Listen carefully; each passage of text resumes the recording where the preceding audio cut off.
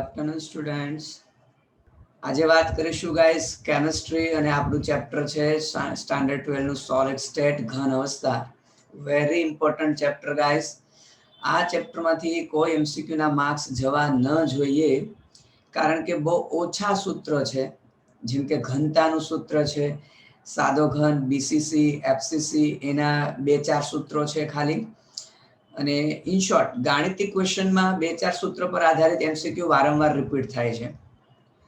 તો મોસ્ટલી જો એમસીક્યુ ની દ્રષ્ટિએ આ ચેપ્ટરમાં વાત કરીએ ગાઈસ, તો ગાણિતિક દ્રષ્ટિએ સાદો ઘન, બીસીસી, એફસીસી ના સૂત્રો રિલેટેડ વાત કરીએ, અથવા તો વધુમાં વધુ એમસીક્યુ કઈ રીતના પૂછાય છે કે ક્ષતિ રિલેટેડ એમસીક્યુ પૂછાય છે અને ચુંબકીય ગુણધર્મ રિલેટેડ. તો આવા એમસીક્યુ વારે ઘડીએ રિપીટ થતા હોય છે આ ચેપ્ટરમાંથી. ઓકે, તો સ્ટાર્ટ કરીએ છીએ ગાઈસ આપણું ચેપ્ટર. ખૂબ સરસ ચેપ્ટર, એકદમ ઈઝી ચેપ્ટર, સોલિડ સ્ટેટ ઘન અવસ્થા. ઓકે, તો શરૂઆતમાં જ ગાઈસ વાત કરીએ, અમુક સ્લાઇડ મેં બનાવેલી છે જેથી કરીને આપણો વધારે સમય ન બગડે ગાઈસ. ક્લિયર? તો સ્ટાર્ટ કરીએ. સૌથી પહેલું આપણે વાત કરીશું ગાઈસ કે ભાઈ સ્ફટિકમય અને અસ્ફટિકમય ઘન પદાર્થ. તો ઓલ ઓવર શરૂઆતમાં ઇમ્પોર્ટન્ટ પોઈન્ટ પર જ આપણે ખાસ ફોકસ કરીશું ગાઈસ. ઓકે, કે આપણને ખ્યાલ છે કે ઘન પદાર્થને પોતાની રિજિડિટી હોય, મીન્સ કે કેવા હોય છે, દ્રઢ અને અદબનીય હોય છે. એને ફ્લુઇડિટી મીન્સ કે જેને કહેવાય ને ગુજરાતીમાં ફ્લુઇડિટી એટલે આઈ થિંક પ્રવાહિતાનો ગુણધર્મ ન હોય. ઓકે, પ્રસરણ પ્રવાહિતાનો ગુણધર્મ વાયુ અને પ્રવાહીમાં હોય છે, ઘનમાં નથી હોતો. તો ઘન પદાર્થનું બેઝિક રીતે 2 ભાગમાં વર્ગીકરણ કરીએ છીએ. એમાં એક છે આપણે સ્ફટિકમય ઘન અને અસ્ફટિકમય ઘન ગોઠવણીને આધારે. ગાઈસ, જ્યારે પણ સ્ફટિકમય ઘનની આપણે વાત કરીએ તો સરળતા ખાતર આપણે એક આવી આકૃતિ દિમાગમાં રાખીશું. ઓકે, આના પરથી ઓટોમેટિક બધા સીધી લાઈન છે એવું તમે માની લેજો. ઓકે, અને આ દરેક પોઈન્ટ છે ત્યાં પાર્ટિકલ ગોઠવાયેલા હોય છે. આને દિમાગમાં રાખીને બધી પ્રોપર્ટી સમજાવી શકાય. અસ્ફટિકમય ઘનની જો વાત કરી દઈએ ગાઈસ, તો એને આપણે આવી આકૃતિ દ્વારા સમજીશું. ઓકે, તો જોજો ઓટોમેટિક પોઈન્ટ બનતા જશે ગાઈસ. તો વાત કરીએ છીએ સૌથી પહેલું આકાર. તો આપણને ખ્યાલ છે, આકૃતિ પરથી જોઈ શકો છો, ઘન પદાર્થમાં દરેક પરમાણુ છે પોતાના એકબીજાથી ફિક્સ અંતરે હોય છે. એટલે આપણે કહી શકીએ નિશ્ચિત ચોક્કસ આકાર હોય છે. ચોક્કસ આકાર હોય છે, મીન્સ કે એને પોતાની ફિક્સ જીઓમેટ્રી હોય છે, નિયમિત આકાર હોય છે. જ્યારે અહીંયા શું હોય છે, જો એક્ઝામ્પલમાં મેં કહી દીધું છે, રબર, કાચ, પ્લાસ્ટિક. રબર છે તે તાપમાન અનુસાર આકાર બદલાતો રહેશે. પ્લાસ્ટિક પણ શું છે, પ્રવાહિતા. આપણે કાચ પણ શું છે, પ્રવાહિતાનો ગુણધર્મ ધરાવે છે. ઓકે, તો આપણે શું કહી શકીએ, અચોક્કસ આકાર છે ગાઈસ, અચોક્કસ આકાર. તો સ્ફટિકમય ઘનને પોતાનો નિયમિત ચોક્કસ આકાર હોય છે. પહેલાને અચોક્કસ ગલન બિંદુ કહીએ. ઓકે, એક સરખી, આ બધી બંધ લંબાઈ એક સરખી હોય છે. કોઈ પણ બંધ તમે લઈ લો, એક સરખી બંધ લંબાઈ હોય છે. એનો મતલબ એક બંધ જે તાપમાને તૂટે એ જ તાપમાને દરેક બંધ તૂટશે. તો આપણે કહી શકીએ કે નિશ્ચિત અને ચોક્કસ ગલન બિંદુ. નિશ્ચિત અને ચોક્કસ ગલન બિંદુ હોય છે કે જે કોઈ પણ સ્ફટિકમય ઘન પદાર્થની લાક્ષણિકતા છે ગાઈસ. જ્યારે અસ્ફટિકમય ઘનમાં શું કહેશું ગાઈસ, ત્યાં ગલન બિંદુનો ગાળો હોય કે જો આ બંધ લંબાઈ અને આ બંધ લંબાઈ, જો બંધ લંબાઈ અલગ અલગ હોય તો બંધને તોડવા માટેની જે બંધ ઉર્જા છે એ પણ અલગ અલગ હોય, એના રિલેટેડ તાપમાન પણ અલગ અલગ હોય. માની લો આ બંધ છે તે 298 કેલ્વિને તૂટવાની શરૂઆત કરી, તો આ બંધ બની શકે કે સોરી, આ બંધ આપણે 298 કહી દઈએ, મોટો છે, તો આ બંધ સપોઝ બની શકે 398 અથવા 350. મીન્સ કે અહીંયા ચોક્કસ ગલન બિંદુ હોતો નથી. ચોક્કસ ગલન બિંદુ હોતું નથી ગાઈસ. આપણે કહી શકીએ ત્યાં ગલન બિંદુ એટલે કે તાપમાનનો શું હોય છે, ગાળો હોય છે. ઓકે, હું સ્ફટિકમય ઘનમાં ફિક્સ કહી શકું, સ્ફટિકમય ઘનમાં ફિક્સ કહી શકું કે ભાઈ સ્ફટિકમય ઘન છે એનું ગલન બિંદુ કેટલું હશે. સપોઝ કોઈ પણ પદાર્થ છે તો એનું માની લઈએ આપણે 350 કેલ્વિન. જ્યારે અસ્ફટિકમય ઘનમાં મારે એવું કહેવું પડે 298 થી 350 અથવા 340 થી 360 ગલન બિંદુનો ગાળો છે. ગલન બિંદુ ફિક્સ છે તો ઓબ્વિયસલી જે ગલન કરવા સમયે આપવી પડતી ઉર્જા એ પણ કેવી હોય, ફિક્સ હોય. એટલે શું કહે છે, નિશ્ચિત ગલન એન્થાલ્પી કહીએ છીએ ગાઈસ. નિશ્ચિત ગલન એન્થાલ્પી હોય છે સ્ફટિકમય ઘન પદાર્થને. જ્યારે અહીંયા શું કહે છે કે ગલન એન્થાલ્પીનું મૂલ્ય નિશ્ચિત હોતું નથી. ગલન એન્થાલ્પી છે એનું મૂલ્ય નિશ્ચિત હોતું નથી. સ્વભાવે કહીએ તો ટ્રુ સોલિડ એટલે સાચા ઘન પદાર્થો છે ગાઈસ સ્વભાવે. જ્યારે આ લોકો બસ આ વસ્તુ એમસીક્યુ માં પૂછાઈ ગયેલી છે ગાઈસ. ઓકે, એમસીક્યુ માં આ પોઈન્ટ પૂછાઈ ગયેલો છે કે એ લોકો સ્વભાવે શું હોય છે, આભાસી ઘન પદાર્થ હોય છે. કે ઘન ખરા, જેમ કે રબર એ છે ઘન, પણ એના બધા ગુણધર્મો ઘન જેવા હોતા નથી. આભાસી ઘન પદાર્થો છે. અથવા ગાઈસ કાચ, બધાને ખબર છે કાચ શું છે ભાઈ, તો કે એક પ્રકારનું લિક્વિડ છે, પણ ખૂબ નીચા તાપમાને, મીન્સ કે આપણે કહી શકીએ ને કે સુપર કોલ્ડ લિક્વિડ, એટલે અતિશય ઠંડુ કરેલું પ્રવાહી. અતિશય ઠંડુ કરેલું પ્રવાહી છે ગાઈસ. ક્લિયર? તો આ તો સ્વભાવ. નો ડાઉટ ગાઈઝ, એનસીઈઆરટી માં એક પોઈન્ટ છે જે મેં અહીંયા નથી કવર કરેલો, ચિરાડનો ગુણધર્મ, ક્લીવેજ પ્રોપર્ટી. એ ખાલી હું સમજાઈ દઈશ, કારણ કે એમસીક્યુ માટે એવું ખાસ ઇમ્પોર્ટન્ટ નથી, એટલે મેં નથી કરેલો. ચિરાડનો ગુણધર્મ મીન્સ કે ચપ્પા જેવા અથવા કોઈ પણ ધારદાર સાધન, માનો કે આ પીસ આપણે હટાઈ દઈએ, તો આ સ્ફટિકમય ઘનના ગમે એટલા ટુકડા કરશો, જે પણ નવી સપાટી બનશે ગાઈઝ, એ નવી સપાટીના ગુણધર્મો મૂળભૂત સપાટી જેવા જ હોય. નવી સપાટીના ગુણધર્મો શું હશે ગાઈઝ, મૂળભૂત સપાટી જેવા હોય. મીન્સ કે સ્મૂથ, મૂળભૂત સપાટી લીસી સ્મૂથ હશે તો નવી સપાટી પણ કેવી હશે, સ્મૂથ હશે. મૂળભૂત સપાટી ચળકતી હશે તો નવી સપાટી પણ શું છે, ચળકતી. જ્યારે અસ્ફટિકમય ઘનમાં શું હોય કે જરૂરી નથી કે ટુકડા કરવાથી જે નવી સપાટી બને એના ગુણધર્મો મૂળભૂત સપાટી જેવા જ હોય, એ જરૂરી નથી. Clear guys? ઓકે, ચાલો. આઇસોટ્રોપિક ફરીથી એમસીક્યુ માટે ઇમ્પોર્ટન્ટ પોઈન્ટ ગાઈસ. તો એક તો અહીંયા સ્વભાવમાં એમસીક્યુ કીધો, અને આઇસોટ્રોપિક એનઆઇસોટ્રોપિક આ પણ ગાઈસ. સ્વભાવે સ્ફટિકમય ઘન પદાર્થો છે તે એનઆઇસોટ્રોપિક નેચરના હોય છે. કેવા હોય છે ગાઈસ? એનઆઇસોટ્રોપિક સ્વભાવના હોય છે. એનઆઇસોટ્રોપિક નો મતલબ શું થાય કે જુદી જુદી દિશામાં ગુણધર્મો જુદા જુદા હોય. જુદી જુદી દિશામાં ગુણધર્મો કેવા છે ગાઈસ? જુદા જુદા હોય છે. ઓકે, ચાહે વાહકતાનો ગુણધર્મ હોય, વક્રી ભવનાંકનો ગુણધર્મ હોય, યાંત્રિક ગુણધર્મ હોય. ઓકે, તો આવા ગુણધર્મો જુદી જુદી દિશામાં, તો સ્ફટિકમય ઘન પદાર્થો છે તે જુદી જુદી દિશામાં ગુણધર્મો જુદા જુદા હોય છે. ઓકે, આકૃતિ દ્વારા સમજાવી શકાય, અત્યારે એના પર ડિસ્કસ નહીં કરીએ. જ્યારે અસ્ફટિકમય ઘન પદાર્થ કેવા હોય છે ગાઈસ? આઇસોટ્રોપિક નેચરના હોય છે. Isotropic, yes. પ્યોર ગુજરાતીમાં એનઆઇસોટ્રોપિક એટલે વિષમ દેશિક. શબ્દ સમજો, વિષમ દેશિક. વિષમ એટલે જુદું, દેશિક એટલે દિશા. તો જુદી જુદી દિશા કહેવા માંગે છે, તો ગુણધર્મ જુદી જુદી દિશામાં જુદા જુદા હોય. આઇસોટ્રોપિક નું ગુજરાતી કંઈક સમદેશિક લખેલું છે. એનો મતલબ, આનો મતલબ શું થશે ગાઈસ, કે જુદી જુદી દિશામાં ગુણધર્મો કેવા હશે? સમાન. કે જુદી જુદી દિશામાં ગુણધર્મો સમાન હોય છે. ક્લિયર? ઓકે, તો એને આપણે આઇસોટ્રોપિક સ્વભાવ કહે છે. ઘટક કણોની ગોઠવણી ગાઈસ, મેં હમણાં આકૃતિ દોરેલી હતી, કાઢી નાખીને. એકદમ મીન્સ કે આખા સ્ફટિકમાં એક સરખા અંતરે દરેક ઘટક કણો હોય છે. ઓકે, આખા સ્ફટિકમાં. એટલે આપણે એને કહીએ છીએ લાંબા ગાળાની ઘટક કણોની ગોઠવણી હોય છે. કેવી ગોઠવણી હોય છે? લાંબા ગાળાની ગોઠવણી. જ્યારે અહીંયા શું કહે છે ગાઈસ? ટૂંકા ગાળાની ગોઠવણી. ટૂંકા ગાળાની ગોઠવણી. અહીંયા આકૃતિમાં મેં ગેપ બતાવ્યો. યસ, તો ખાસ કરીને જે બે પોઈન્ટ ઉપર મેં ફોકસ કરવાનું કીધું છે સ્વભાવની દ્રષ્ટિએ અને આઇસોટ્રોપિક એનઆઇસોટ્રોપિક પ્રોપર્ટી રિલેટેડ. ક્લિયર? ચાલો, નેક્સ્ટ આપણે વાત કરીએ છીએ ગાઈસ.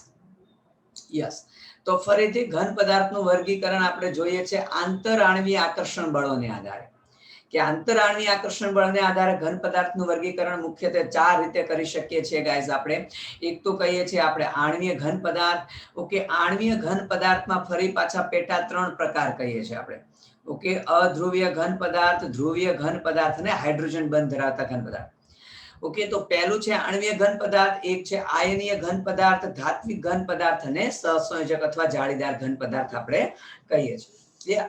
તો ઘટક કણો એમસીક્યુ માં, એમાં સહસંયોજકના ઘટક કણો એમસીક્યુ માં પૂછાઈ ગયેલા છે ગાઈસ. જો આ ટેબલ બહુ સિમ્પલ સાદું છે ગાઈસ, પણ એવું જરૂરી નથી કે સાદા ક્વેશ્ચન ન પૂછાય. ઘણી વખત એકદમ સિમ્પલ ક્વેશ્ચન આવે ને આપને એમ થાય કે ઓ આટલી વસ્તુનો એવડી રિવિઝન કરવાની રહી ગઈ. આ ટેબલમાંથી પણ ઘણીવાર એમસીક્યુ આવી ચૂકેલા છે. જેમાંનું મેં કીધું જાળીદાર ઘન પદાર્થના ઘટક કણો પરમાણુઓ હોય. તો સૌથી પહેલા આણ્વીય ઘન પદાર્થની વાત કરીએ તો ઓબ્વિયસલી છે ગાઈસ, આણ્વીય ઘન પદાર્થના ઘટક કણો કોણ હોય છે? અણુઓ પોતે હોય છે. ઓકે, ચાહે હું અધ્રુવીય ઘન લઉં, ધ્રુવીય ઘન લઉં કે હાઇડ્રોજન બંધ ધરાવતા ઘન, આ દરેકે દરેકના ઘટક કણો કોણ હોય છે ગાઈસ? અણુઓ પોતે હોય છે. આકર્ષણ બળની વાત કરી દઈએ ગાઈસ, તો અધ્રુવીય ઘન પદાર્થ છે તો સિમ્પલ છે, કશું વધારે યાદ રાખવાની જરૂર જ નથી. અધ્રુવીય ઘન પદાર્થમાં આકર્ષણ બળ કયા હશે? અધ્રુવીય ધ્રુવીય મીન્સ કે જેને આપણે વાન ડર વાલ્સ આકર્ષણ બળ અથવા આપણે લંડન બળ અથવા વિક્ષેપન બળ કહીએ. તો લંડન બળ પ્રકારના આકર્ષણ બળ અથવા આપણે કહીએ વિક્ષેપન બળ પ્રકારના આકર્ષણ બળ હોય છે અધ્રુવીય ઘન પદાર્થમાં ઘટક કણો વચ્ચેની વાત છે. ધ્રુવીય ઘન પદાર્થની વાત કરી દઈએ તો ઓબ્વિયસલી છે દ્વિધ્રુવીય આકર્ષણ બળ હોય છે. દ્વિધ્રુવીય પ્રકારના આકર્ષણ બળ હોય છે. અને હાઇડ્રોજન બંધ વાળામાં તો હાઇડ્રોજન બંધ પોતે હોય છે ગાઈસ. ક્લિયર? હાઇડ્રોજન બંધ પોતે આંતરઆણવીય આકર્ષણ બળ તરીકે હોય છે. ક્લિયર? ઓકે, ચાલો નેક્સ્ટ વાત કરીએ એક્ઝામ્પલ. તો ઘણા ખરા એક્ઝામ્પલ આપી શકાય અધ્રુવીય ઘન પદાર્થ. તો અધ્રુવીય ઘન પદાર્થના ગાઈસ જો એક્ઝામ્પલની વાત કરી દઈએ આપણે તો સીધી વસ્તુ છે, આપણે કહી શકીએ આર્ગન. જો કે આર્ગન વાયુ છે એનો મતલબ નીચા તાપમાને જ અસ્તિત્વ ધરાવે છે, જેમ કે આયોડિન કહી શકીએ આપણે, જેમ કે CCl4. તો ઘણા એક્ઝામ્પલ કહી શકાય ગાઈસ. ઓકે, દ્વિધ્રુવીય આણ્વીય ઘનમાં આપણે HCl કહી શકીએ, SO2 કહી શકીએ, નો ડાઉટ. હાઇડ્રોજન બંધ ધરાવતામાં આપણે પાણી, ખાસ કરીને ઘન સ્વરૂપે કહીએ તો બરફ છે.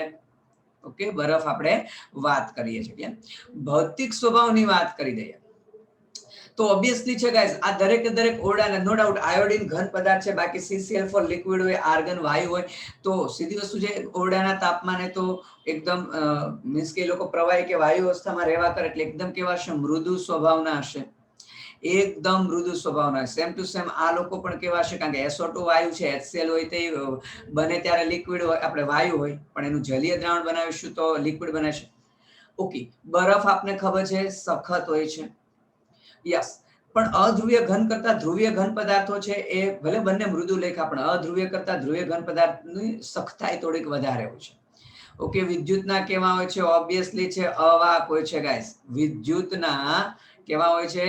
ઓબ્વિયસલી છે અવાહક સ્વભાવના હોય છે. તો અહીંયા આપણે અવાહક લખીએ છીએ અને અહીંયા પણ શું હશે? અવાહક લખીએ છીએ અને અહીંયા પણ શું લખીએ છીએ? અવાહક લખીએ છીએ. અને ગલન બિંદુની વાત કરી દઈએ તો અતિશય નીચા ગલન બિંદુ આપણે કહીએ, અતિશય નીચા. આને આપણે નીચા ગલન બિંદુ કહીએ, આને પણ નીચા જ કહીએ છીએ, પણ નો ડાઉટ પેલા બેની કમ્પેરમાં ઓકે હાઇડ્રોજન બંધ વાળાના થોડા ઊંચા હોય છે. ક્લિયર? ચલો આયનીય ઘન પદાર્થની વાત કરી દઈએ તો સિમ્પલ લોજિક છે ગાઈસ. આયનીય ઘન પદાર્થમાં શું હોય છે? ઘટક કણ તરીકે ધન આયન અને ઋણ આયન હોય છે. આપણે બધાને કહે છે કારણ કે ધન ઋણનો તો બનેલો હોય છે, એટલે આપણે કહે છે એમાં ઘટક કણ તરીકે ધન આયન અને કોણ હોય છે ગાઈસ? ઋણ આયન પોતે હોય છે. જો એમાં આંતરઆણવીય આકર્ષણ બળની વાત કરીએ, આપણે બધાને ખબર છે એમાં આયનીય બંધ પોતે એટલે કે સ્થિર વિદ્યુતીય આકર્ષણ બળ અથવા તો જેને આપણે શું કહે છે? કુલંબિક આકર્ષણ બળ કહીએ છીએ. તો સ્થિર વિદ્યુતીય આકર્ષણ બળ અથવા તો જેને આપણે કુલંબિક આકર્ષણ બળ કહીએ છીએ ગાઈસ. ઓકે, હવે એની જો વાત કરી દઈએ ગાઈસ કે એ લોકોના એક્ઝામ્પલ તો ઘણા બધા છે ગાઈસ. NaCl આપી શકાય, KCl આપી શકાય, MgCl2 છે, ઘણા પ્રકારના એક્ઝામ્પલ આપી શકાય. MgO છે, CaF2 છે. એ લોકોનો સ્વભાવ જો વાત કરી દઈએ તો સીધી વસ્તુ છે, સખત હોય છે પણ કેવા? તૂટી જાય એવા, હાર્ડ બટ બ્રિટલ આપણે કહી શકીએ. તો આમ એ લોકો સ્વભાવે કેવા હોય છે? સખત પરંતુ આપણે કહી શકીએ ને બરડ, તૂટી જાય તેવા. જસ્ટ લાઈક કાચ. કાચ કેમ આમ સખત છે પણ આમ તૂટી જાય એવો છે. ક્લિયર? એની વાહકતાની દ્રષ્ટિએ વાત કરીએ તો બધાને ખબર છે ઘન અવસ્થામાં આયનીય ઘન પદાર્થ વિદ્યુતના કેવા હોય છે? અવાહક હોય છે. પણ જો એનું પીગલિત દ્રાવણ હોય ગાઈસ અથવા એનું જલીય દ્રાવણ હોય તો પાછા વિદ્યુતના કેવા? સુવાહક હોય છે. તો વિદ્યુતના કેવા? સુવાહક.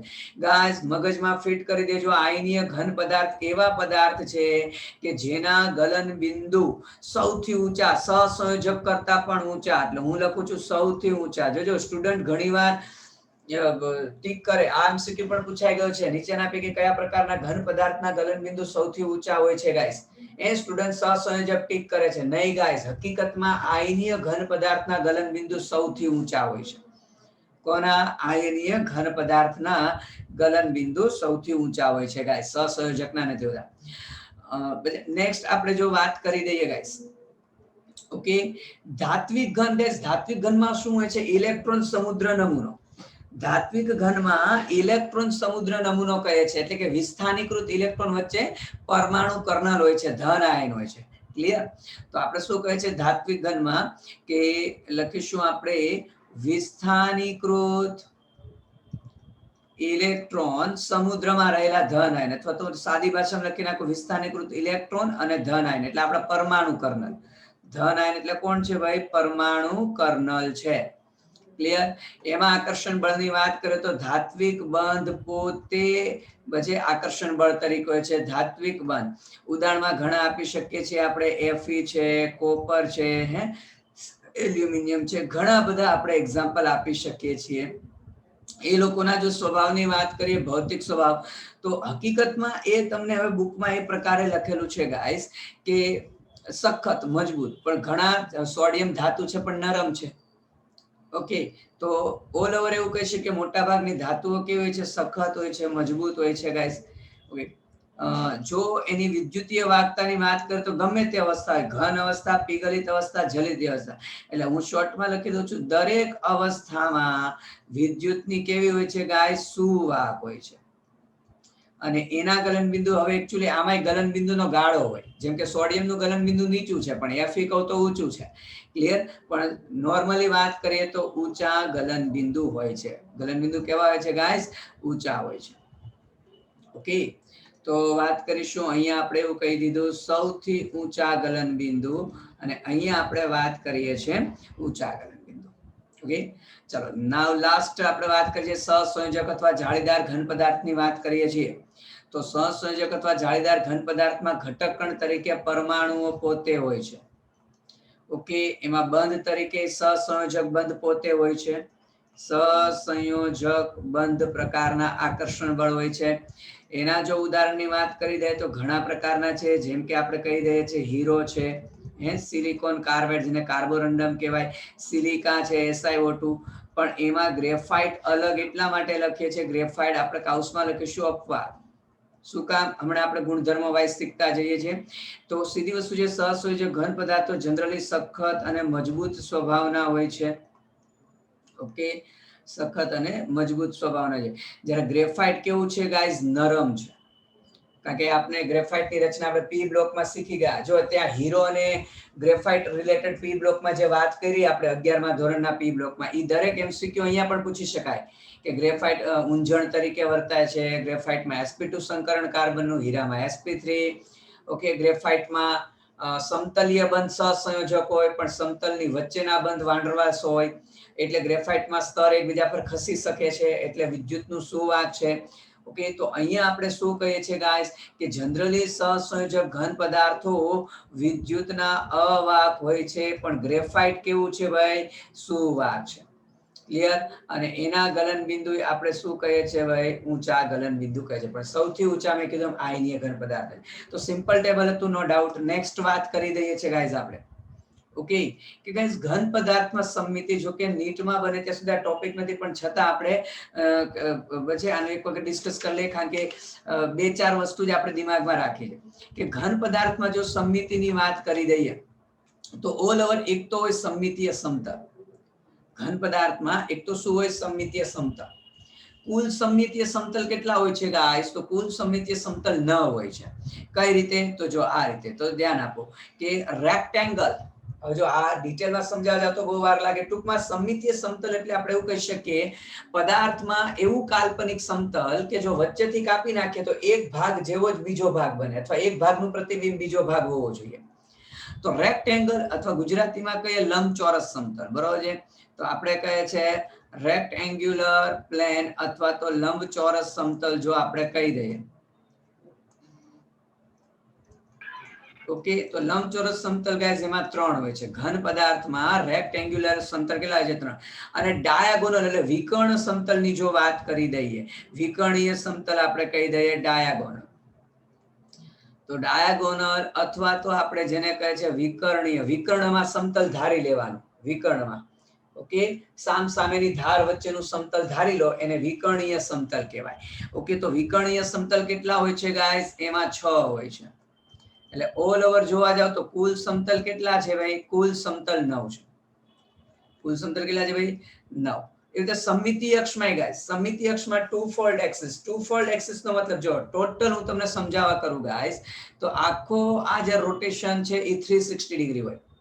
ઓકે, હવે સમમિતિ અક્ષ એટલે એવી કાલ્પનિક અક્ષ કે સપોઝ તમે માની લો કે આ મારા હાથમાં પેન છે, અથવા યસ આ મારો મોબાઈલ છે ગાઈસ, તો સીધી વસ્તુ છે ગાઈસ, મોબાઈલ એક લંબચોરસ પ્રકારનો છે, બરોબર, લંબચોરસ.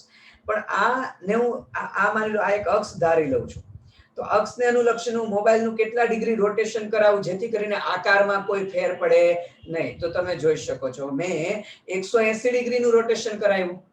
ઓકે, જેથી કરીને ચોરસ લંબચોરસનો લંબચોરસ આકાર રહ્યો છે. ઓકે, કહેવાનો મતલબ એવો છે કે એવી કાલ્પનિક અક્ષ કે જેને અનુલક્ષીને કેટલા ડિગ્રીનું રોટેશન કરાવો છો. જેમ કે મારી પાસે ચોરસ હોય, ચોરસ, તો ચોરસમાં 90 ડિગ્રીનું રોટેશન કરાવું તો આકાર એવો ને એવો રહી જશે, મીન્સ કે મૂળ પરિસ્થિતિ પાછી પ્રાપ્ત થશે. તો કેટલા ડિગ્રીનું રોટેશન કરાવો તો જેથી મૂળ પરિસ્થિતિ અથવા મૂળ પરિસ્થિતિ જેવી જ એક્ઝેક્ટ પરિસ્થિતિ પ્રાપ્ત થાય. અમે મોબાઈલનું ઉદાહરણ આપ્યું, 180 ડિગ્રી કીધું, તો ટોટલ 360 ડિગ્રી હોય અને ભાગ્યા 180 ડિગ્રી કરું તો 2 થાય કે નહીં? તો એ કઈ અક્ષ કહેવાય? C2 અક્ષ કહેવાય. કઈ અક્ષ કહેવાય? C2. માનો કોઈ પદાર્થને, જેમ કે આપણે ષટકોણ ધારી લઈએ, જો ષટકોણ, તો આપણને ખબર છે આ 60 ડિગ્રીનો એંગલ હોય, તો આ માની લો બહાર નીકળતી આ લંબ, આપણે આ જે સ્ક્રીનની બહાર નીકળતી લંબ અક્ષ ધારી લઈએ, એને હું 60 ડિગ્રીનું રોટેશન કરાવું. સરળતા ખાતર જો હું ABCD નામ આપી દઉં, ABCDEF, તો અહીંથી હું અક્ષને ધારી લઉં અને આ 60 ડિગ્રી રોટેશન કરો તો A અહીંયા આવશે, B અહીંયા આવશે, CDEF. પણ જો આકાર તો એવો ને એવો રહ્યો કે નહીં, મૂળ જેવો. એનો મતલબ આમાં 60 ડિગ્રી રોટેશન કરાવવાથી મૂળ આકાર પ્રાપ્ત થાય છે. તો 360 ભાગ્યા 60 એટલે કેટલું આવશે? 6. તો આ C6 અક્ષ કહેવાય. આજે બહાર નીકળતી અક્ષ આપણે ધારી લીધી, એ સ્ક્રીનની બહાર નીકળતી અક્ષ C6 કહેવાય. ઓકે ગાઈસ, તો કઈ રીતે અક્ષ નક્કી થાય એ મેં તમને જરા વાત કરવાનો પ્રયત્ન કરી દીધો છે. ક્લિયર? ચાલો, તો આપણે આગળ વાત કરી દઈએ છીએ. તો સમમિતિ અક્ષને કઈ રીતે કહીએ છીએ? તો સાદો ઘન પદાર્થ હોય ગાઈસ, એમાં C4 એક્સિસ એટલે 4 ફોલ્ડ એક્સિસ કે 4 ફોલ્ડ, ફોલ્ડ એટલે વાળવું, 4 એટલે 4, 4 વખત આપણે રોટેશન કરાવશું તો મૂળ હતો ને એવો આકાર પ્રાપ્ત થઈ જશે, મૂળ પરિસ્થિતિ પાછી પ્રાપ્ત થઈ જશે. એટલે C4 કીધી એક્સિસ. તો C4 4 ફોલ્ડ આપણે કહીએ છીએ. તો સમમિતીય અક્ષ કહીએ તો C4 એક્સિસ કેટલી હોય છે? એમાં 3 હોય છે. તમે ચોરસ ક્યુબ ધારી લેશો, ઓકે, તો ઓલ ઓવર 3 C4 એક્સિસ આવશે. એક ચોરસની આ સપાટીને આપણે માની કે રૂમને જ આપણે જો ક્યુબ ધારી લઈએ તો એક તો આ સીધી સામસામેના સમતલના મધ્યમાંથી પસાર થતી એક, ઓકે, એક આ રીતે સામસામેના મધ્યમાંથી પસાર થતી, એક આ રીતે સામસામેના મધ્યમાંથી પસાર થતી. ક્લિયર છે ગાઈસ? તો C4 એક્સિસ કેટલી હોય છે? 3 હોય છે. જો C3 એક્સિસ કહું, C3 એક્સિસ એટલે રોટેશન 120 ડિગ્રીનું કરાવવાનું, તો એવી એક્સિસ હોય છે 4 ગાઈસ. કેટલી હોય છે? 4. અને જો C2 એક્સિસ કહું તો એ એક્સિસ હોય છે 6. એટલે ટોટલ ઘન પદાર્થમાં સમમિતિ અક્ષ કેટલી હોય છે? ઓકે, 6 4 10 ને 13 હોય છે. આ નો યાદ કરીને ખાલી ફાઇનલ આંકડો તમને યાદ રહેવો જોઈએ, કારણ કે આ MCQ માં પૂછાય તો ગાઈસ બેઠે બેઠું જ MCQ માં પૂછાય. અને સમમિતીય બિંદુ એક જ હોય છે, સમમિતીય બિંદુ. જેવું સિમેટ્રી આપણે પ્રકાશીય સમઘટકતામાં કે કોઈ એવા બિંદુથી કોઈ એક બાજુએ જાઓ તો જેવો પરમાણુ આવે છે જેટલા અંતરે એટલું જ વિરુદ્ધ બાજુએ જવાથી પરમાણુ આવવો જોઈએ. તો કુલ સમમિતીય ઓપરેશન્સ એટલે કુલ સમમિતીય કારકો કેટલા કહેવાય ઘન પદાર્થમાં? તો ઓલ ઓવર આપણે વાત કરી દઈએ તો 9 સમતલ છે, 13 અક્ષ છે અને એક સમમિતીય બિંદુ છે. તો કુલ કેટલા થશે ગાઈસ? 23. કુલ 23 ઘન પદાર્થમાં 23 સમમિતીય કારકો હોય છે. ક્લિયર? તો આ આપણે ડાયરેક્ટ બેઠું યાદ રાખવાનું છે ગાઈસ. નેક્સ્ટ આપણે વાત કરીશું બ્રેગનું સમીકરણ. યસ ગાઈસ, બ્રેગનું સમીકરણ ડાયરેક્ટલી જ આપણે યાદ રાખીશું, તારવવામાં સમય નહીં બગાડીએ. તો બ્રેગનું સમીકરણ છે 2d sin θ = n lambda. Okay, 2d sin θ = n lambda. જો કે નીટમાં હજી સુધીમાં મને ખ્યાલ છે ત્યાં સુધી MCQ નથી, અને આયો હોય તો જો આ પ્રકારનું મેં એક એક્ઝામ્પલ તમને આપેલું છે. તો દરેક પદની સમજૂતી આપે કે d શું છે ગાઈસ? d છે ને એ સ્ફટિકને જો આપણે ક્રમિક સમતલમાં ધારી લઈએ તો એક સરખા અંતરે હોય છે. તો આ ક્રમિક સમતલ વચ્ચેનું અંતર એ d છે. એટલે અહીંયા દરેક પદની સમજૂતી આપે d છે તે સ્ફટિકમાંના ક્રમિક સમતલ વચ્ચેનું અંતર છે. ક્રમિક સમતલ વચ્ચેનું અંતર છે ગાઈસ. ક્લિયર? થીટા શું છે ગાઈસ? તો કે ભાઈ અહીંયા જ્યારે પ્રકાશનું કિરણ આપાત કરશો તો આ જે એંગલ બનશે ને શું કહેશું ગાઈસ? થીટા. એટલે સાદી ભાષામાં કહીએ થીટા છે તે આપાત કોણ અથવા તો ડિફ્રેક્શન એંગલ પણ કહી શકાય. ઓકે, તો વિવર્તન કોણ કહીએ. ચાલો, ડિફ્રેક્શન એટલે હા વિવર્તન કોણ કહીશું. ક્લિયર? અથવા તો આપણે કહીએ આપાત કોણ. ચાલો નેક્સ્ટ આપણે કહીએ છે એન. એન શું છે ગાઈસ? ઓકે, તો એન એ ધન પૂર્ણાંક સંખ્યા હોય છે. એન શું હોય છે? ધન પૂર્ણાંક સંખ્યા છે ગાઈસ. તો એનું મૂલ્ય ઓબ્વિયસલી છે 1 2 3. મીન્સ કે કયા સમતલથી રેસ છે તે પાછું ફેંકાય છે. જેમ કે અહીંયા પહેલા સમતલથી છે તો પહેલા ક્રમનું વિવર્તન કહેવાય. ક્લિયર? ઓકે, માનો ઘણી વખત રેસ છે તે બીજા સમતલ સુધી આવે, બીજા સ્તરથી વિવર્તન પામશે તો એને બીજા ક્રમનું વિવર્તન કહેવાય ગાઈસ. ક્લિયર? એને કયા ક્રમનું વિવર્તન કહેવાય? બીજા ક્રમનું વિવર્તન કહેવાય. ઓકે, જેમ કે આપણી રકમમાં તમે જો અહીંયા લખેલું છે that only for the first order diffraction એટલે પ્રથમ ક્રમનું વિવર્તન છે. એટલે n જનરલી તમને રકમમાં આપી દીધો, n નું મૂલ્ય શું છે અહીંયા? પ્રથમ ક્રમ. અને જો ન આપ્યો હોય તો એ શોધવાનો હશે બસ, બાકી n આપી દીધેલો હોય. ક્લિયર? અને લેમડા શું છે ગાઈસ? તો આપાત જે એક્સ-રે ક્ષ-કિરણો આપાત કરો છો એ આપાત પ્રકાશની તરંગ લંબાઈ છે. શું છે ગાઈસ? આપાત પ્રકાશની તરંગ લંબાઈ. તો બ્રેગ ઇક્વેશનના એમસીક્યુ બહુ ઈઝી જ હોય છે ગાઈસ. કે જેમ કે આપણે આ ક્વેશ્ચનની વાત કરવાનો પ્રયત્ન કરીએ. ચાલો, કઈ વસ્તુ આપેલી છે જરા એના ઉપર ફોકસ કરીએ.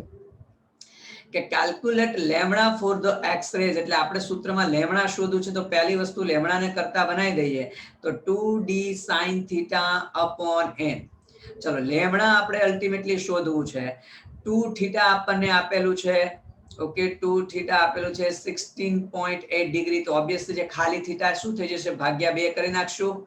ઓકે, તો એકલો થીટા કહી દઈએ તો 16.8 by 2 કહીએ તો અલ્ટિમેટલી 8.4 અને એનું વેલ્યુ ઓલરેડી તમને આપેલી છે જો sin 8.4 ની. Okay, crystal if the interplanar distance, જો બે ક્રમિક સમતલ વચ્ચેનું અંતર પણ તમને આપી દીધું છે 0.2 નેનોમીટર આપી દીધેલું છે ગાઈસ.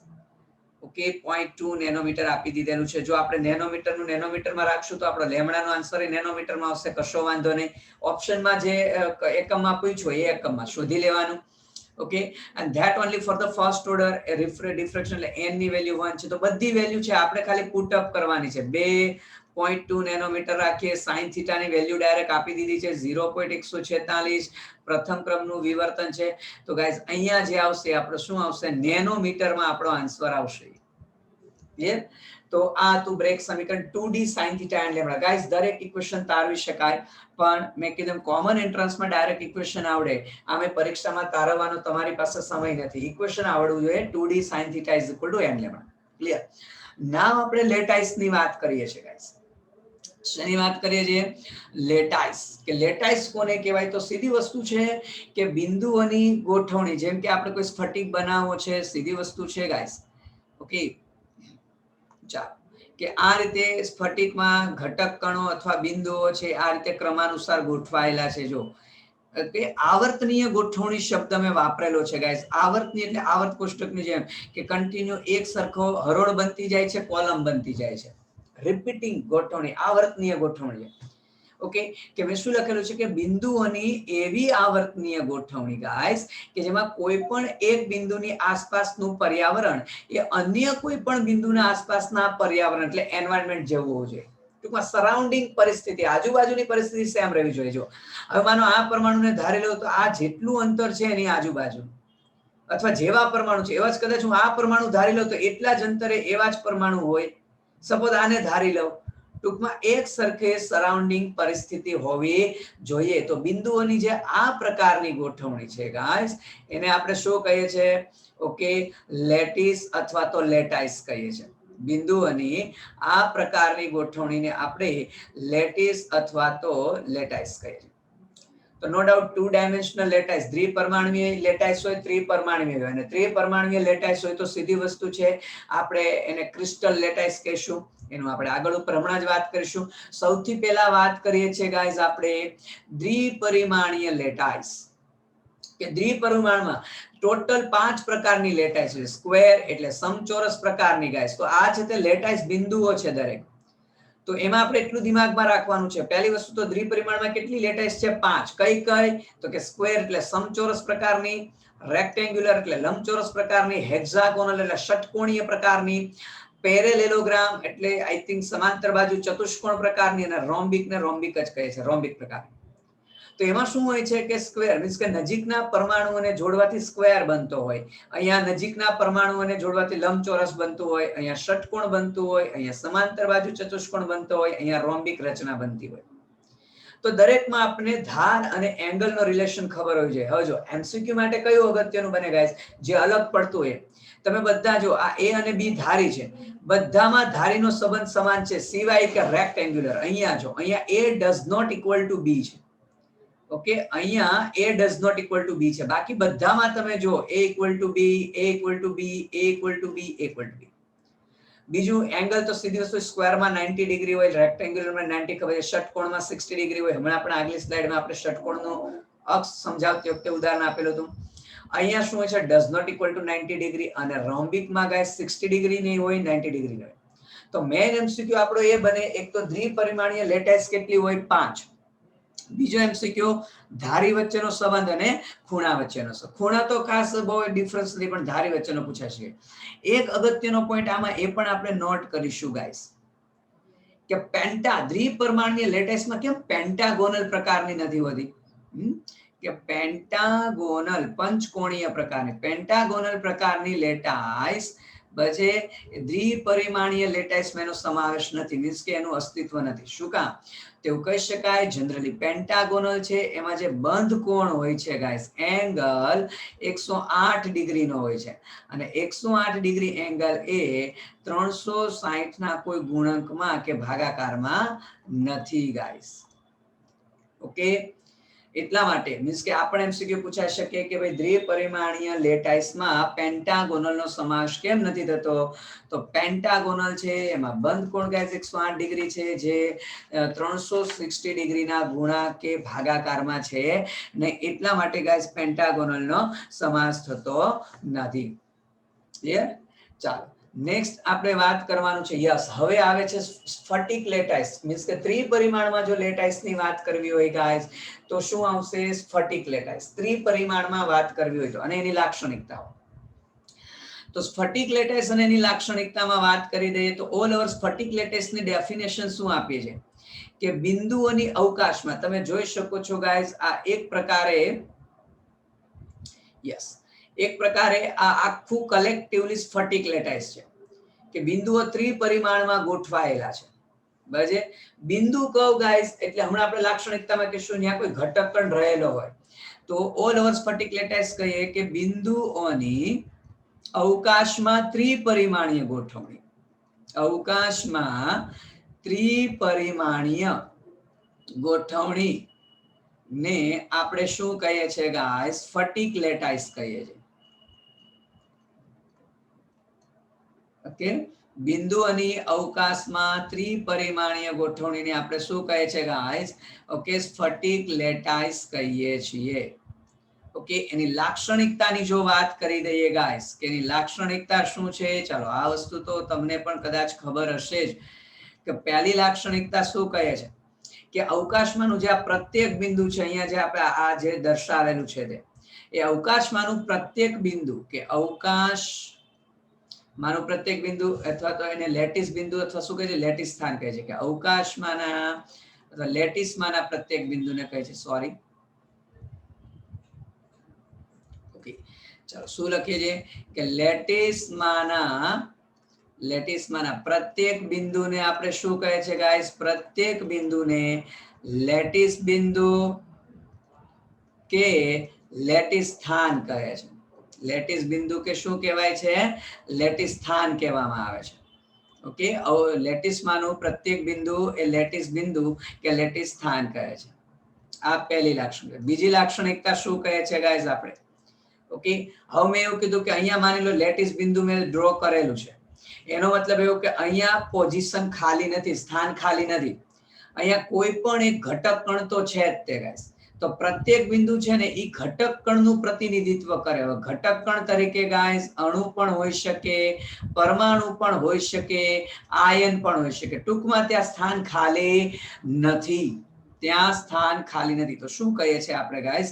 આપણે એવી વાત કરીએ છીએ કે લેટિસમાંનું પ્રત્યેક બિંદુ એટલે કે પ્રત્યેક લેટિસ બિંદુ, તો આપણે એવું કહી શકીએ છીએ ગાઈસ કે પ્રત્યેક લેટિસ બિંદુ એ ઘટક કણનું પ્રતિનિધિત્વ કરે છે. ઘટક કણનું શું કરે છે ગાઈસ? પ્રતિનિધિત્વ કરે છે. અને ઘટક કણ તરીકે મેં તમને ઓલરેડી કહી દીધું, અણુ, પરમાણુ કે આયન હોઈ શકે છે. ઓકે, ઘટક કણ તરીકે આપણે કીધું અણુ બી હોઈ શકે, પરમાણુ બી હોઈ શકે, આયન બી હોઈ શકે છે. મીન્સ કે સ્થાન ખાલી નથી એવું કહેવા માંગે છે. અને ત્રીજું, તમે જોઈ શકો છો પ્રત્યેક લેટિસ બિંદુને એક સ્ટ્રેટ લાઈન વડે દર્શાવેલા છે. તો જ આપણે સ્ફટિકની ભૂમિતિનો નિર્દેશ એટલે કે અંદાજો લગાવી શકીએ કે પ્રત્યેક લેટિસ બિંદુને સીધી રેખા વડે જોડવામાં આવે છે. સીધી રેખા વડે જોડવામાં આવે છે કે જેથી ઓકે સ્ફટિકની ભૂમિતિનો ખ્યાલ આવી શકે અથવા સ્ફટિકની ભૂમિતિનો નિર્દેશ કરી શકાય, સ્ફટિકની ભૂમિતિ જાણી શકાય. ચાલો આપણે એવું સિમ્પલ લખીએ છીએ. Clear guys? તો આ હતી કોની? મીન્સ કે સ્ફટિક લેટિસની ડેફિનેશન અને એની લાક્ષણિકતા. ક્લિયર? ચાલો આગળ આપણે વાત કરવાનું છે એકમ કોષ શું છે ગાઈસ. ઓકે, એકમ કોષ શું છે અને એની લાક્ષણિકતા. ગાઈસ સાદી ભાષામાં કહીએ તો એક સિમ્પલ સમજાવવાનો પ્રયત્ન કરું કે 10 માળનું બિલ્ડિંગ હોય, એમાંનો પ્રત્યેક ફ્લેટ અને પ્રત્યેક માળ ઉપર 4 ફ્લેટ હોય. તો પ્રત્યેક ફ્લેટને આખી બિલ્ડિંગને જો સ્ફટિક ધારી લઈએ તો પ્રત્યેક ફ્લેટ એકમ કોષ કહેવાય. કે એકમ કોષ 3 ડાયમેન્શન રીતે જોડાય છે તો આખી બિલ્ડિંગ બને છે. એટલે હવે માની લો કે આપણે એમાં કોઈ ફ્લેટ બુક કરવો હોય તો કઈ 10 માળની બિલ્ડિંગ છે, પ્રત્યેક માળ પર 4 ફ્લેટ છે, તો 40 ફ્લેટ જોવાની જરૂર નથી. કોઈ એક ફ્લેટ જોઈ લો તો ખબર પડી જાય કે એન્ટ્રન્સમાં કિચન છે કે હોલ છે કે પછી કઈ બાજુ ડ્રોઈંગ રૂમ છે, કઈ બાજુ ગેલેરી છે, કઈ બાજુ મીન્સ કે બેડરૂમ છે. આ દરેક વસ્તુ ખ્યાલ આવી જાય. એનો મતલબ આખી બિલ્ડિંગના બધા ફ્લેટના ગુણધર્મો પ્રત્યેક ફ્લેટમાં છે. ઓકે, તો પ્રત્યેક ફ્લેટને એકમ કોષ કહેવાય. ઓકે, તો આ આખી ક્રિસ્ટલ લેટાઇસ છે, એનું પ્રત્યેક જે ક્યુબ બને છે ને, આ પ્રત્યેક ક્યુબ બન્યું ને એને આપણે શું કહીએ છીએ? એકમ કોષ કહીએ છીએ. ટૂંકમાં એકમ કોષ એટલે આખા સ્ફટિકનો નાનામાં નાનો ભાગ કે જે સમગ્ર સ્ફટિકના બધા ગુણધર્મો ધરાવતો હોય. સમગ્ર સ્ફટિકના બધા ગુણધર્મો ધરાવતો હોય. એટલે આપણે એકમ કોષની જો વાત કરી દઈએ તો અલ્ટિમેટલી સ્ફટિકની અલગથી વાત કરવાની જરૂર નથી. ઓકે, તો શું ડેફિનેશન આપી શકીએ? ડેફિનેશન એવી આપી શકાય કે સમગ્ર સ્ફટિકનો નાનામાં નાનો ભાગ કે જે સમગ્ર સ્ફટિકનો નાનામાં નાનો ભાગ કે જે સ્ફટિકના બધા જ ગુણધર્મો ધરાવતો હોય તો એને શું કહેવાય? એકમ કોષ કહેવાય. અને એ એકમ કોષ 3 ડાયમેન્શનલ રીતે જોડાય તો સમગ્ર સ્ફટિક બને છે. એટલે પ્રત્યેક ક્યુબ છે, ઓકે, આમાંનું આપણે કહી શકીએ કે પ્રત્યેક ક્યુબ જે આપણે કહીએ છીએ એ શું કહી શકાય? એકમ કોષ છે ગાઈસ. ઓકે, ચાલો નેક્સ્ટ વાત કરીએ છે એની લાક્ષણિકતાની. જો વાત કરી દઈએ કે ભાઈ એકમ કોષની લાક્ષણિકતા શું બનશે. ઓકે, તો એની લાક્ષણિકતાની આપણે વાત કરી દઈએ તો ઓલ ઓવર એવું કહે છે એકમ કોષ છે એના પરિમાણ, ઓકે, એની 3 ધારી પર રહેલા હોય છે. ક્યાં રહેલા હોય છે? 3 ધારી પર. તો 3 ધારી આપણે કહીએ છીએ A, B અને C. Okay, ABC. એટલે માનો આ આપણે A કહી દઈએ, આ B કહી દઈએ, તો આ શું થઈ ગયું? C. A, B, C આ રીતે કહીએ. ક્લિયર? અને આ ત્રણેય ધારી ગાઈસ જરૂરી નથી, અત્યારે લંબ છે પણ જરૂરી નથી કે દર વખતે લંબ હોય જ, કે આ ધારીઓ એકબીજાને લંબ હોય અથવા લંબ ન પણ હોય. ક્લિયર? અને બીજું કહે છે ગાઈસ ધારી વચ્ચેના ખૂણાઓની જો વાત કરી દઈએ તો સીધી વસ્તુ છે કે બી અને સી ધારી વચ્ચેનો જે ખૂણો છે એને આલ્ફા ખૂણો કહીએ છીએ. એ અને સી ધારી વચ્ચેનો ખૂણો છે ને બીટા કહીએ છીએ. અને ઓકે, એ અને બી વચ્ચેનો જે ખૂણો છે એને આપણે ગામા કહીએ છીએ. કયો ખૂણો કહે છે ગાઈસ? ગામા. ઓકે, તો ઓલ ઓવર એકમ કોષ છે એને આપણે ટોટલ 6 પેરામીટર્સ છે એવું કહી શકીએ. ઓકે, કે એકમ કોષ છે, એકમ કોષ એને કુલ 6 પેરામીટર છે. ઓકે, કયા કયા? કે 3 ધારી છે અને 3 શું છે? ખૂણા છે. 3 ધારી છે અને 3 શું છે ભાઈ? ખૂણા છે. ક્લિયર? ચાલો નેક્સ્ટ જો વાત કરીએ આપણે ગાઈસ, તો એકમ કોષનું વર્ગીકરણ કહીએ છીએ તો બહુ સિમ્પલ છે, બધાને ખ્યાલ જ હશે આ વસ્તુ કે જનરલી એકમ કોષ આપણે બેઝિકલી 2 ભાગમાં વહેંચીએ છીએ. ઓકે, એક આપણે કહીએ છીએ સાદો ઘન કો અથવા પ્રિમિટિવ એકમ કોષ કો. પ્રિમિટિવ ઇંગ્લિશ વર્ડ છે નો ડાઉટ, અથવા એનો પ્યોર આદિમ એકમ કોષ કહે છે. તો ઇંગ્લિશ સિમ્પલ ક્યુબ પરથી ઘણીવાર એમસીક્યુ માં શોર્ટમાં એસસી લખાઈને આવશે, તો હવે એસસી જ્યાં લખાઈને આવે ત્યાં સમજી જવાનું સાદા ઘનની વાત થઈ રહી છે ગાઈસ. કોની વાત થઈ રહી છે? સાદા ઘનની. ક્લિયર? તો સાદો ઘન ઓબ્વિયસલી ડેફિનેશન લખવાની જરૂર નથી. એવો ઘન કે જેમાં ગોળાઓ એટલે કે પરમાણુઓ અથવા તો ઘટક કણો ફક્ત ક્યાં હોય? 8 ખૂણા પર જ રહેલા હોય. ગોળાઓ ફક્ત ક્યાં રહેલા હોય? 8 ખૂણા પર. સિમ્પલ વસ્તુ છે, તમને ખ્યાલ જ હશે ગાઈસ. ઓકે, અંતઃકેન્દ્રિત ઘન કોને કહીએ? અંતઃકેન્દ્રિત ઘન. ઓકે, તો અથવા તો જેને આપણે કહીએ છીએ બીસીસી, બોડી સેન્ટર્ડ ક્યુબિક. અંતઃકેન્દ્રિત ઘન કહીએ અથવા તો શું કહે છે ગાઈસ? બીસીસી કહીએ છીએ. તો એમાં શું હશે? ગોળાઓ ક્યાં હશે ગાઈસ? ખૂણા પર તો હશે જ. મીન્સ કે બીજું વર્ગીકરણ આપણે એવું કહીએ છીએ કેન્દ્રિત એકમ કોષ. કેન્દ્રિતમાં ખૂણા ઉપરાંત કેન્દ્રમાં હોય. જેમ કે અહીંયા કઈ જગ્યા છે? તો નો ડાઉટ ખૂણા પર તો છે જ, પણ ખૂણા ઉપરાંત નામ એવા ગુણ. બોડી સેન્ટર્ડ, આખી જે બોડી છે એના બોડી છે એના સેન્ટરમાં, અંતઃ કેન્દ્રમાં. ઓકે, તો બોડીના અંતઃ કેન્દ્રમાં વધારાનો એક ગોળો હોય. તો 8 ખૂણાઓ પ્લસ ક્યાં હોય છે ગાઈસ? ઓકે, બોડીના મધ્યમાં હોય છે, જેને આપણે બીસીસી કહે છે. તો કઈ ડેફિનેશન લખવામાં આપણે સમય નહીં બગાડીએ ગાઈસ. ફલક કેન્દ્રિત ઘન ગાઈસ, તો ફરી પાછું તમે જોઈ શકો છો, ફલક એટલે બાજુ. કેન્દ્રિત ફલકની બાજુમાં, મીન્સ કે FCC face centred cubic. Face એટલે ફલક, બાજુ. એટલે શું કહેશું? બાજુ. અને ખૂણા પર તો હોય જ, પણ ખૂણા ઉપરાંત દરેક ફલકના મધ્યમાં, જેમ કે જો ઉપરના ફલકનું મધ્ય છે, આ નીચેના ફલકનું મધ્ય છે, આ સાઈડના ફલકનું મધ્ય છે, આ સાઈડના ફલકનું મધ્ય, આ આગળનું ફલકનું મધ્ય છે. ઓકે, અને અહીંયા મીન્સ કે થોડુંક આ પ્રિન્ટ મિસ્ટેક છે ડ્રો કરવામાં, આ પાછળના ફલકનું મધ્ય છે. ક્લિયર? ઓકે, તો આ થયું આપણા પાછળના ફલકનું મધ્ય. તો ખૂણા ઉપરાંત મીન્સ કે અહીંયા જો એવું લાગે સિમ્પલ લખીએ, ફક્ત ગોળા ક્યાં હોય છે ભાઈ? ફક્ત ખૂણા પર હોય. ગોળા કહો એટલે સમજી જવાનું હું પરમાણુ કે ઘટક કણની વાત કરું છું. ચાહે પછી ગોળો કોઈ અણુ હોઈ શકે, પરમાણુ હોઈ શકે, આયન પણ હોઈ શકે છે. તો અહીંયા માત્ર ખૂણાઓ પર શું હશે ભાઈ? ઘટક કણો હોય છે. બીજા અહીંયા ખૂણા પર તો હશે જ, પ્લસ બોડી સેન્ટરમાં એટલે એક અલગથી ગોળો અંતઃ કેન્દ્રમાં હોય. અહીંયા આપણે કહીએ છીએ ખૂણા પર પ્લસ દરેક ફલકના કેન્દ્રમાં. દરેક ફલકના કેન્દ્રમાં કહીએ છીએ. અને અહીંયા શું હશે? And centred cubic. ગાઈસ ભૂલ નહીં કરતા, અહીંયા અંતઃ લખેલું છે. અહીંયા જો 2 ટપકા છે, આ અંત છે. એટલા માટે કહું છું. ઓકે, તમને પણ ખ્યાલ હશે, પણ છતાં ઘણીવાર સ્ટુડન્ટ ભૂલ કરે છે, એટલા માટે મેં સ્પેસિફાઈ કરેલું છે ગાઈસ. ક્લિયર?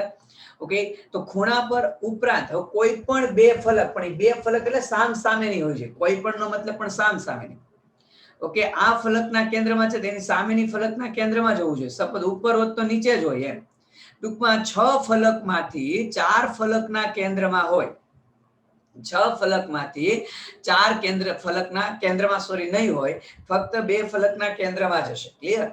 તો શું કહીએ છીએ આપણે? ખૂણા ઉપરાંત સામ સામેની એટલે વિરુદ્ધ, સામ સામેની 2 ફલકના કેન્દ્રમાં હોય છે. 2 ફલકના કેન્દ્રમાં પણ હોય છે. ક્લિયર? ચાલો, આના પરથી આપણે ગોળાઓની ગણતરી શીખીશું ગાઈસ.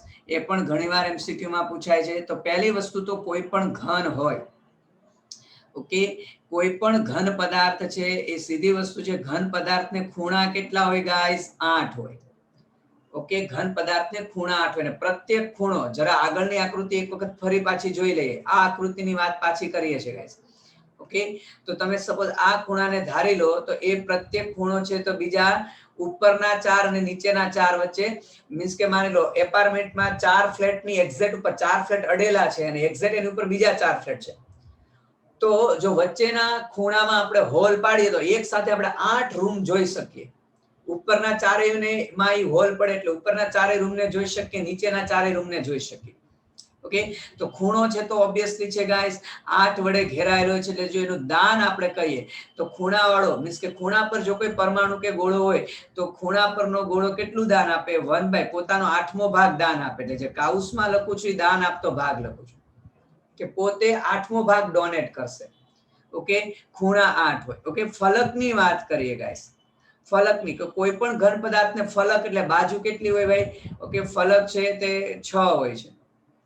કોઈ પણ ઘન પદાર્થ છે એને ફલક કેટલી હશે ગાઈસ? એટલે કે બાજુ, તો ફલક છે તે ફલક 6 હોય છે અને ફલક હોય 2 રૂમ વચ્ચે કોમન હોય. એટલે આપણે કહી શકીએ જો ફલકના મધ્યમાં કોઈ ગોળો હોય તો પોતાનો અડધો ભાગ દાન આપે. ધારી કહીએ તો એકમ કોષને ગાઈસ ધારી 12 હોય અને ધારીમાં મધ્યમાં રહેલો ગોળો પોતાનો ચોથો ભાગ ડોનેટ કરે. અને અંત કેન્દ્ર ઘન પદાર્થને એક જ હોય એ પોતાનો 100% દાન આપે. તો આ વસ્તુ આપણને દિમાગમાં રહેવી જોઈએ.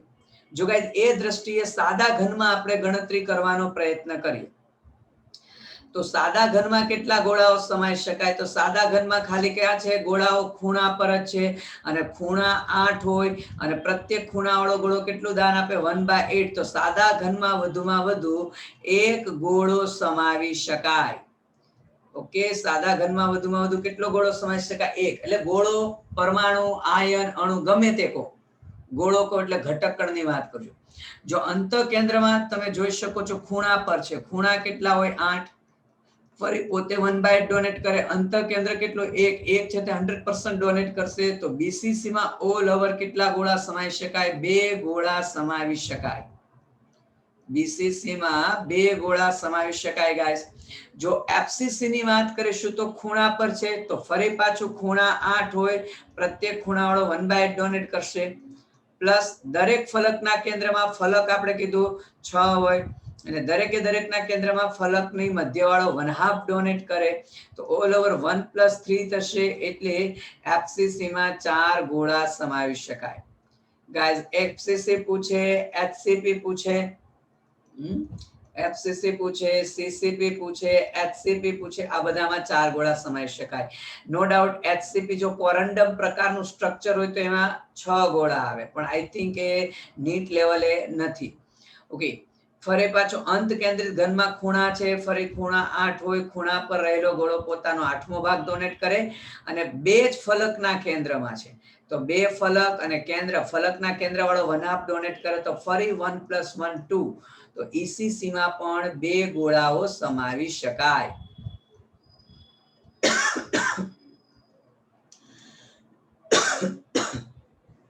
ઓકે, તો ઈસીસી માં પણ કેટલા ગોળા સમાવી શકાય? 2 ગોળા. તો આ હતું ગાઈસ એકમ કોષનું વર્ગીકરણ. જો નેક્સ્ટ આપણે વાત કરીએ ગાઈસ, ઓકે, તો ગાઈસ મૂળભૂત આ ટેબલ મેં એટલે લખી રાખેલું છે, નહીતર આ ટેબલ જો પ્રત્યેક કટ ટુ કટ લખવા જાત તો બહુ સમય જતે ગાઈસ. પણ એક વસ્તુ શ્યોર છે, આ ટેબલ એમસીક્યુ માટે, જેને સ્ટુડન્ટ્સની ભાષામાં કહેવાય ને very very very most time very important table છે ગાઈસ એમસીક્યુ માટે. આમાં એક્ઝામ્પલ કોઈ પરફેક્ટ આપેલો હોય, સપોઝ તમને પૂછે K2SO4 કઈ સ્ફટિક પ્રણાલી ધરાવે છે, અથવા K2SO4 માં બ્રેવિસ લેટાઇસ કેટલા છે, K2SO4 માં ધારીનો સંબંધ શું છે, કોઈ ભી એમસીક્યુ પૂછાઈ શકે ગાઈસ. આ બેઠું તમારે એનસીઈઆરટી નું ટેબલ નથી ગાઈસ. તમે જો આમાં મેં સમમિતીય કારકો એડ કરી દીધેલા છે, મીન્સ કે કોમાં કઈ સિમેટ્રી, જો કે એમસીક્યુ માટે ઇમ્પોર્ટન્ટ છે પણ નીટમાં બહુ ખાસ આવતું નથી.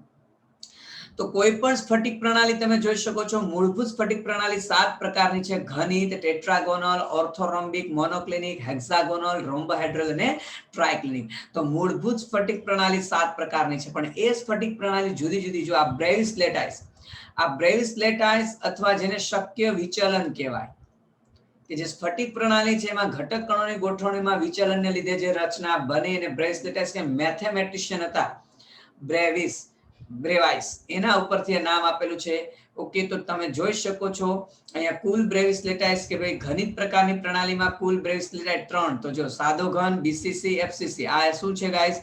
બ્રેવિસ લેટાઇસ છે. ઓકે, તો આ રીતે એવી રીતે ટેટ્રાગોનલમાં કેટલી બ્રેવિસ લેટાઇસ છે? 2. ઓર્થોરોમ્બિકમાં 4 પ્રકારની બ્રેવિસ લેટાઇસ છે. મોનોક્લિનિકમાં 2 છે, બાકીનામાં 1. તો તમે જો સરવાળો 14 થશે. જો 3 ને 2 5 ને 4 9 ને 2 11 ને 3 14. તો સીધી વસ્તુ છે ટોટલ બ્રેવિસ લેટાઇસ કેટલો છે? 14 છે. તો ગાઈસ આ ટેબલમાં હું એવું કહેવા માંગુ છું કે પરફેક્ટલી એક્ઝામ્પલ યાદ રાખવાના છે. એમાં ખાસ હું અંડરલાઈન કરું, એ ખાસ યાદ રાખવાના છે. હીરો પરફેક્ટલી યાદ રાખીશું, ZNS પરફેક્ટલી યાદ રાખીશું. NH4 Br અને સલ્ફેટ ટીન મીન્સ કે વારે ઘડીએ પૂછાતા હોય એની હું વાત કરી રહ્યો છું ગાઈસ. KNO3 પૂછાય છે આમાંથી. યસ, આ તો ખાસ યાદ રાખવાના છે ગાઈસ. Na2SO4 10H2 જેને ગ્લોબરનો ક્ષાર કહેવાય, ગ્લોબર સોલ્ટ. આપણે કદાચ S બ્લોકમાં પણ આનું નામ લખાયેલું હતું. આ CaSO4 2H2 એટલે અલ્ટિમેટલી જીપ્સમ થઈ ગયો. તો એક છે ગ્લોબર સોલ્ટ, એક છે જીપ્સમ. એ બંને પણ આપણે યાદ રાખવાના છે. આમાં ગ્રેફાઇટ યાદ રાખીશું. જો ભૂલ નહીં કરતા, અહીંયા છે તે ZNS છે, અહીંયા ZNO છે. અહીંયા આપણે સિન્નાવાર, HGS ને શું કહે છે? સિન્નાવાર, મર્ક્યુરીનું ખનિજ. અને કેલ્શિયમ કાર્બોનેટ છે એને આપણે કેલ્સાઇટ કહીએ છીએ. અને આ ત્રણેય વેરી વેરી મોસ્ટ આઈમ્પી. તો જે મેં અંડરલાઈન કરી છે એટલા ખાસ કરવાના છે ગાઈસ. અંડરલાઈન કરેલી છે એટલા એક્ઝામ્પલ ખાસ કરવાના છે. અને ગાઈસ તમારી બુકમાં જે NCERT માં ટેબલ આપ્યું છે એની કરતા મેં અલગ ક્રમ લખેલો છે. મેં જે ક્રમ લખેલો છે એ ક્રમમાં યાદ રાખશો તો ખાલી ઉદાહરણ તમને યાદ રાખવા પડશે, નહીં સ્ટેપ બાય સ્ટેપ યાદ રહેશે. બાકી અક્ષ અને ખૂણા વચ્ચે ઈઝીલી યાદ રહેશે. જો સિમ્પલ એક કહીએ તો અક્ષ વચ્ચે જો પેલા બંને ધારી સમાન છે, પછી એક અલગ છે, બે અલગ છે, પાછું ઉલટું જઈએ છે. જો બે અલગ, એક અલગ, બધી સમાન, પાછી અલગ. ક્લિયર? મારો કહેવાનો મતલબ એવો છે ગાઈસ, મેં જે ઓર્ડરમાં લખેલું છે એ પ્રમાણે યાદ રાખવું. એંગલ પણ યાદ રાખવા ઈઝી પડશે. એંગલ પણ યાદ રાખવા, કારણ કે જો પહેલા ત્રણમાં તો બધું સમાન છે. હવે એક મોનોક્લિનિકમાં beta does not equal to 90. અહીંયા હેક્સાગોનલમાં પાછું ખ્યાલ આવી જાય કે ભાઈ ગામા 120 ડિગ્રી હોય, હેક્સાગોનલ બને છે. બાકીના જો એંગલ ઈઝીલી યાદ રહી જશે. ખાલી પરફેક્ટલી તમારે ઉદાહરણ યાદ રાખવા પડશે. તો એ તમે હોય કે અમે શિક્ષક લોકો હોય, ઉદાહરણ તો યાદ રાખવા જ પડશે. સાદી ભાષામાં કહીએ તો ગોખવા જ પડશે, એની સિવાય કોઈ રસ્તો નથી. ક્લિયર? ચલો નેક્સ્ટ હવે જે આપણે વાત કરવાની છે, ઓકે, એ આપણે વાત કરીશું ગાઈસ ઘન પદાર્થમાં ઘટક કણોની ક્લોઝ પેક ગોઠવણી. ઓકે, તો વાત કરીએ છીએ ગાઈસ ઘન પદાર્થમાં ઘટક કણોની, અથવા એના માટે આકૃતિ એવું લાગે તો હું ચાર્ટ બનાવી લઈશ. ઓકે, કારણ કે આકૃતિ દ્વારા આપણે સમજાવવું પડશે એટલા માટે. તો એને અત્યારે એવું લાગે તો એક કામ કરીએ, ખાલી પેકિંગ ક્ષમતા ઉપર વાત કરી દઈએ.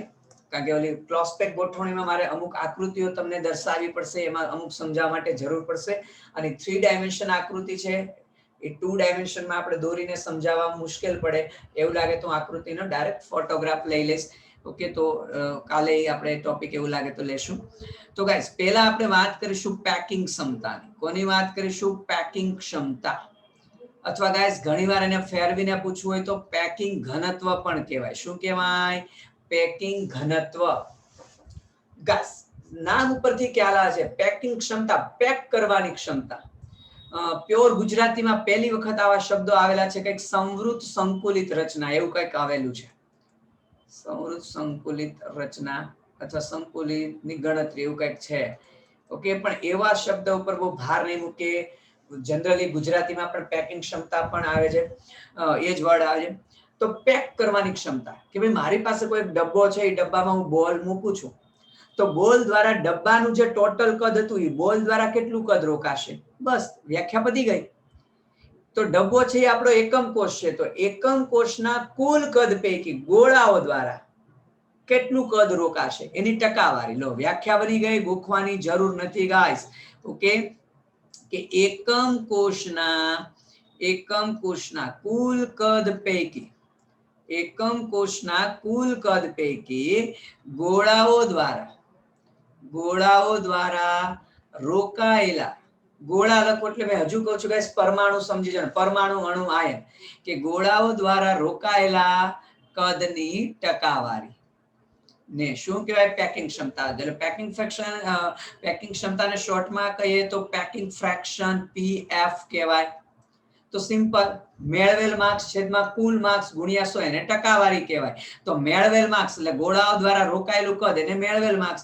તો ઉપર આવશે ગોળાઓ દ્વારા રોકાયેલું કુલ કદ.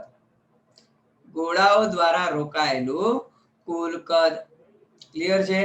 અને છેદમાં તો મેળવેલ માર્ક્સ છેદમાં કુલ માર્ક્સ. કુલ માર્ક્સ એટલે એકમ કોષનું કુલ કેટલું કદ અવેલેબલ છે.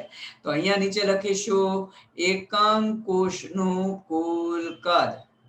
એકમ કોષનું કુલ કદ અને ટકાવારી એટલે ગુણ્યા 100. તો જો ગાઈસ સૂત્ર ગોખવાની જરૂર નથી. ગોળા દ્વારા રોકાયેલું કદ છેદમાં એકમ કોષનું કુલ કદ ગુણ્યા શું કહે છે ગાઈસ? આપણે 100 કહીએ છીએ.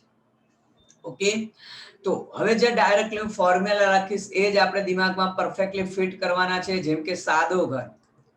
ઓકે, સાદા ઘન માટે આપણે જો પરફેક્ટલી દિમાગમાં રાખીએ તો એક તો આપણે રાખીશું a is equal to 2r, કે જ્યાં આપણને ખબર છે ગાઈસ a શું છે? ધારીની લંબાઈ છે. a છે તે ધારીની લંબાઈ છે.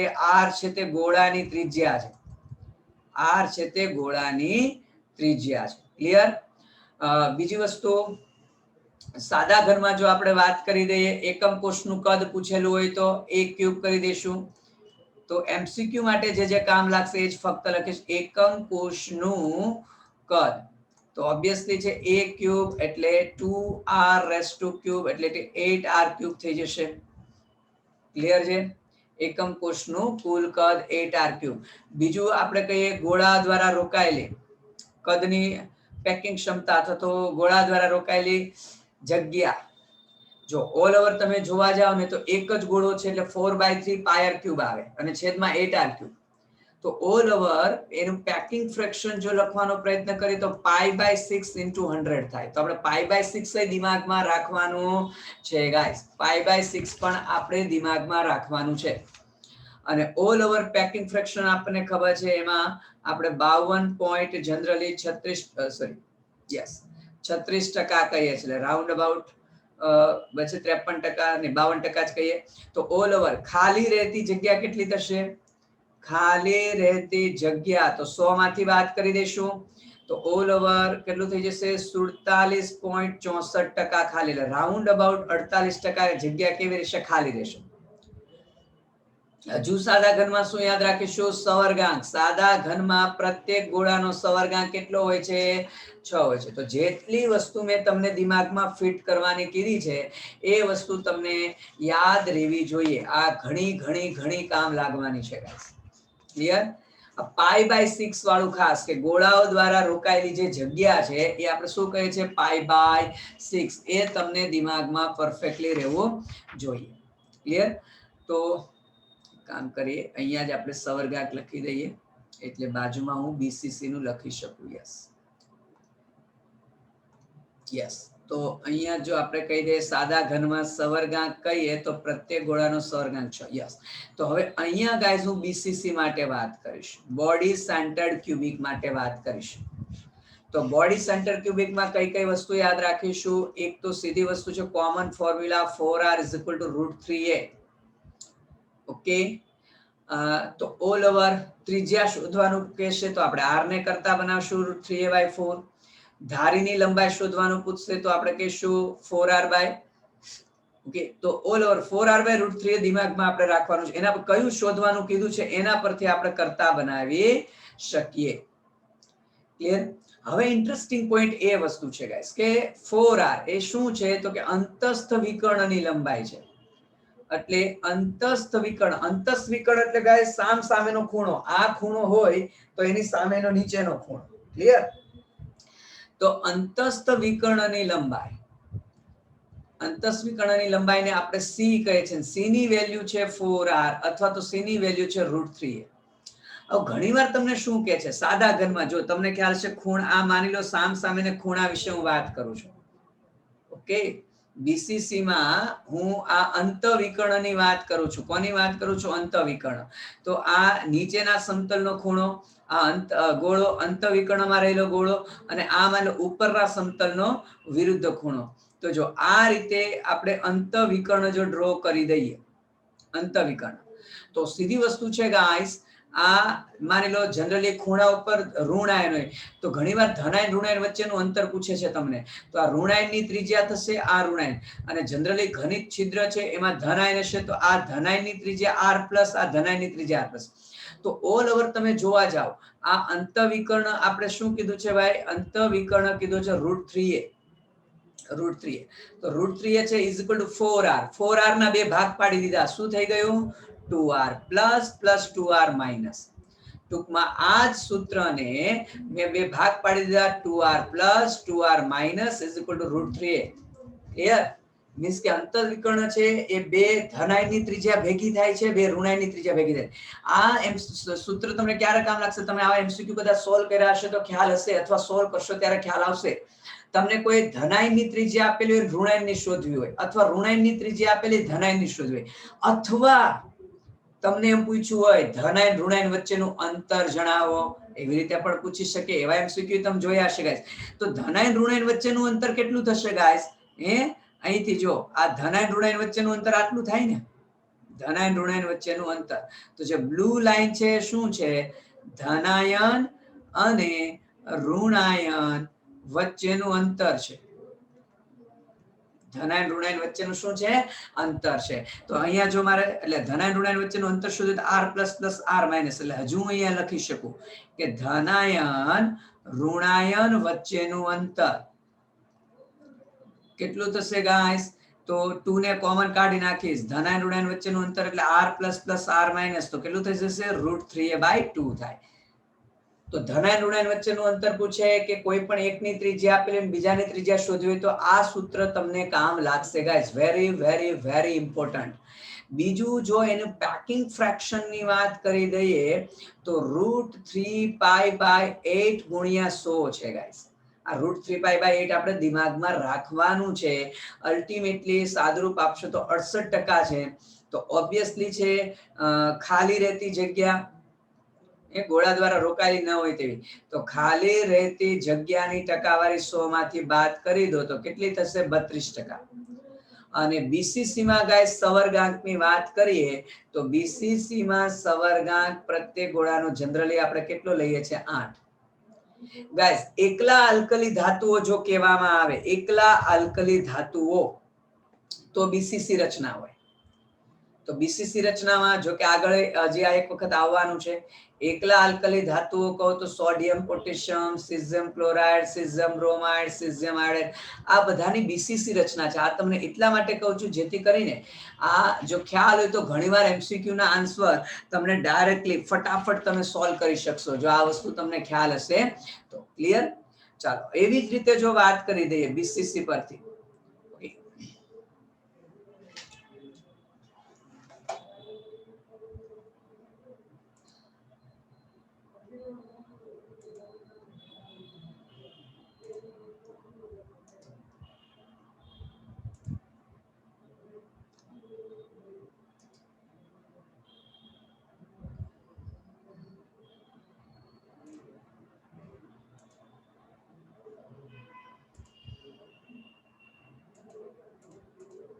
ચાલો એવી જ રીતે જો ગાઈઝ આપણે વાત કરી દઈએ તો એફસીસી માટેના ફોર્મ્યુલાની વાત કરી દઈએ. એફસીસી માટેના ફોર્મ્યુલાઓ ઓકે, આગલી સ્લાઇડમાં આપણે બીસીસી માટે સવર્ગાંક વાત કરી દીધી, ઉદાહરણ કરી દીધા 4r.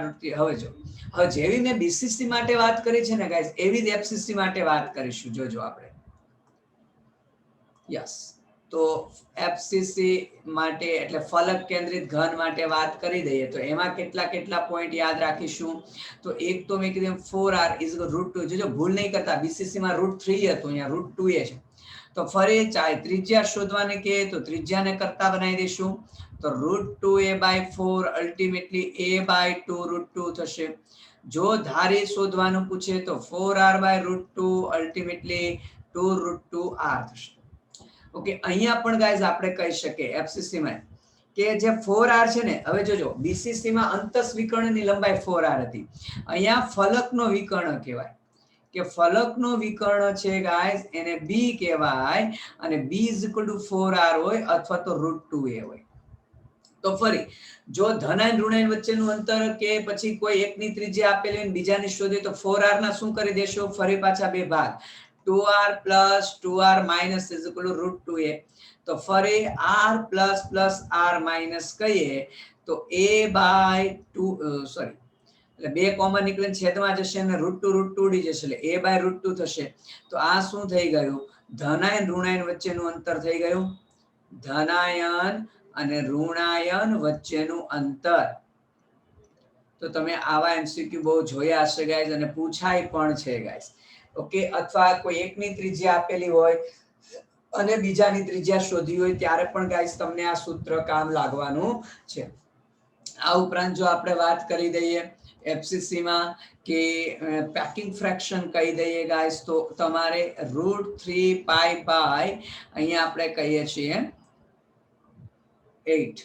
સોરી √2 આવશે √3 પાઈ બાય 8 તો આપણે બીસીસી માં વાત કરી ગયા ને યસ સોરી અહીંયા આવશે આપણે એફસીસી ની વાત કરીએ છીએ ગાઈસ તો √2 પાઈ બાય 6 જોજો પાઈ છે તો રૂટ ની બહાર છે ઓકે ગુણ્યા 100 તો આ પરફેક્ટ યાદ રાખવાનું છે પેકિંગ ક્ષમતા આપણે 74% કહીએ છીએ તો સીધી વસ્તુ છે ખાલી રહેતી જગ્યા શું થશે ખાલી રહેતી જગ્યા 26% થશે અને સવર્ગાંક કેટલો થશે 12 ગાઈઝ આમાં સમતલીય સવર્ગાંક 6 હોય વિસમતલીય 6 હોય પણ એ આપણે ઘન જે ગોઠવણી પેકિંગ ક્ષમતાની આપણે ક્લોઝપેક ગોઠવણી મેં કીધું કાલે ચાર્ટ ભણીશું એમાં હું તમને કહીશ સમતલીય સવર્ગાંક પૂછે તો 6 હોય હવે જો સ્ટુડન્ટને છે ને કુલ સવર્ગાંકની આદત પડેલી છે હવે એક શબ્દ જે એડ કરી દે કે ભાઈ એફસીસી માં સમતલ પ્રત્યેક ગોળાનો સમતલીય સવર્ગાંક કેટલો તો સમતલીય 6 આવે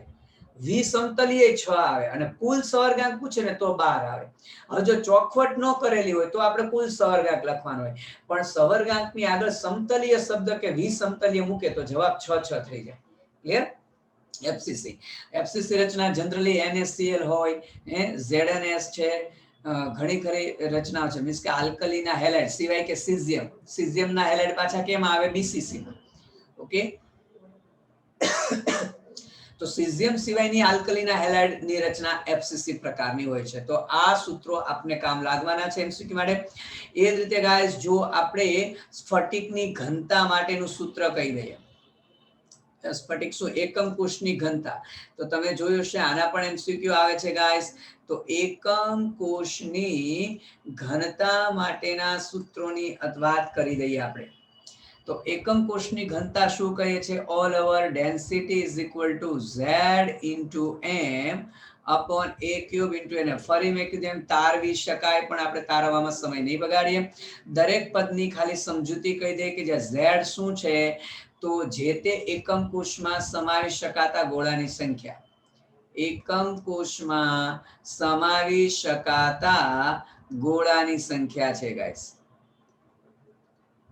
ક્લિયર બીજું જો આપણે એમ કહીએ તો પરમાણુ હોય તો પરમાણુ ભાર અને અણુ માટે હોય તો અણુ ભાર કહીએ છીએ એ શું છે ભાઈ ધારીની લંબાઈ છે એ ધારીની લંબાઈ છે ગાઈસ જનરલી ઘનતા તમને ગ્રામ પર સેન્ટીમીટર ક્યુબમાં હશે અને ધારીની લંબાઈ તમને પિકોમીટરમાં આપેલી હશે ઓકે તો તમને રિલેશન ખબર હોવી જોઈએ 1 પિકોમીટર એટલે 10⁻⁻10 સેન્ટીમીટર આ રિલેશન તમને કામ લાગવાનો છે અને એને તો એવોગાડ્રો નંબર છે જ ક્લિયર તો આ રીતનું છે ઘણી વખત શું થાય ઘનતા ધારીની લંબાઈ પરમાણુ ભાર આપેલું હોય અને એકમ કોષનો પ્રકાર શોધવાનો હોય જો એકમ કોષનો પ્રકાર શોધવાનો હોય તો z ને કરતા બનાવી દો જો z ની કિંમત 2 આવે તો એનો મતલબ આપણો એકમ કોષ બીસીસી કે ઈસીસી પ્રકારનો હોય z ની કિંમત 4 આવે તો એચસીપી અથવા એફસીસી પ્રકારનો હોય ક્લિયર ચાલો એ જ રીતે આપણે ત્રિજ્યા ગુણોત્તર પણ આપણા માટે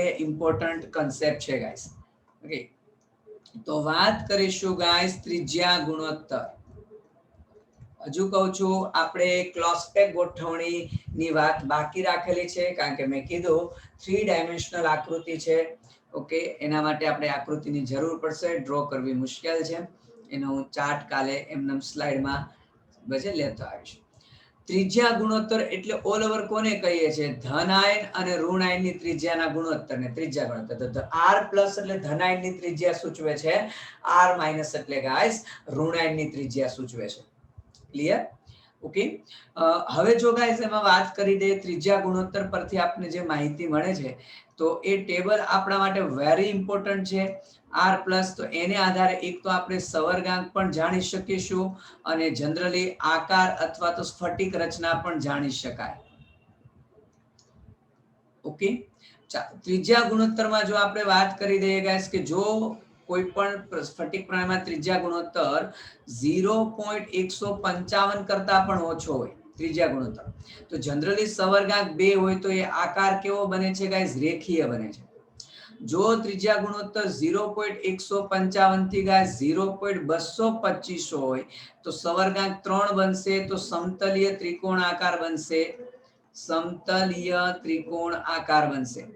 જો ગાઈસ ત્રિજ્યા ગુણોત્તર 225 થી 0.414 વચ્ચે હશે તો સવર્ગાંક 4 અને સમચતુષ્ફલકીય બનશે. સમચતુષ્ફલકીય આકાર બનશે. જો ગાઈસ 0.414 થી 0.732, ફરી પાછો હું સવર્ગાંક 4 જ કહું. ઓકે, જો ઓકે હું 2 કહું છું, ઘણી રેફરન્સ બુકમાં ડાયરેક્ટ અહીંયા સવર્ગાંક 6 કહી દીધો છે. નો ડાઉટ આ જ રેશિયોમાં સવર્ગાંક 6 પણ આવે, આ જ રેશિયોમાં. પણ હું એવું કહેવા માંગુ છું, બની શકે કે આ રેશિયો હોય સવર્ગાંક 4 હોય તો પાછો આકાર સમતલીય સમચોરસ આવે. કયો આવે? સમતલીય સમચોરસ. અને આ સવર્ગાંકમાં આ ત્રિજ્યા ગુણોત્તરમાં સવર્ગાંક 6 હોય તો શું આવે? અષ્ટફલકીય આવે. એટલે બે માટે રેશિયો છે, ભૂલ નહીં કરતા. મોસ્ટ ઓફ નો ડાઉટ 6 જ આવશે MCQ માં. ઓકે, મોસ્ટ ઓફ 6 આવશે, પણ આ રેશિયોમાં સવર્ગાંક 4 આવે તો આકાર સમતલીય સમચોરસ હોય ગાઈસ. એ રીતે ગાઈસ જો હું 0.732 થી 0.99 કહીશ તો સવર્ગાંક 8, તો રચના છે તે BCC હશે. અને જો 0.99 તો રાઉન્ડ અબાઉટ 1 આવે ગુણોત્તર તો સવર્ગાંક 12, તો આપણે HC2 અથવા FCC કહે છે. તો આ તમને કામ લાગવાનું છે ગાઈસ. અને ગાઈસ આ જ ત્રિજ્યા ગુણોત્તર પરથી તમને છિદ્રો માટે પણ આ વસ્તુ કામ લાગવાની છે. કોના માટે આ વસ્તુ કામ લાગવાની છે? છિદ્રો માટે પણ કામ લાગવાની છે. ઓકે, તો સૌથી પહેલા તો છિદ્રોના પ્રકાર જોઈએ ગાઈસ આપણે. ઓકે, સૌથી પહેલા શેની વાત કરીશું? છિદ્રોના પ્રકારો. તો ગાઈસ જનરલી 4 પ્રકારના છિદ્રો હોય છે. એક છે એ ત્રિકોણીય છિદ્ર કહેવાય. શું હોય છે? ત્રિકોણીય છિદ્ર.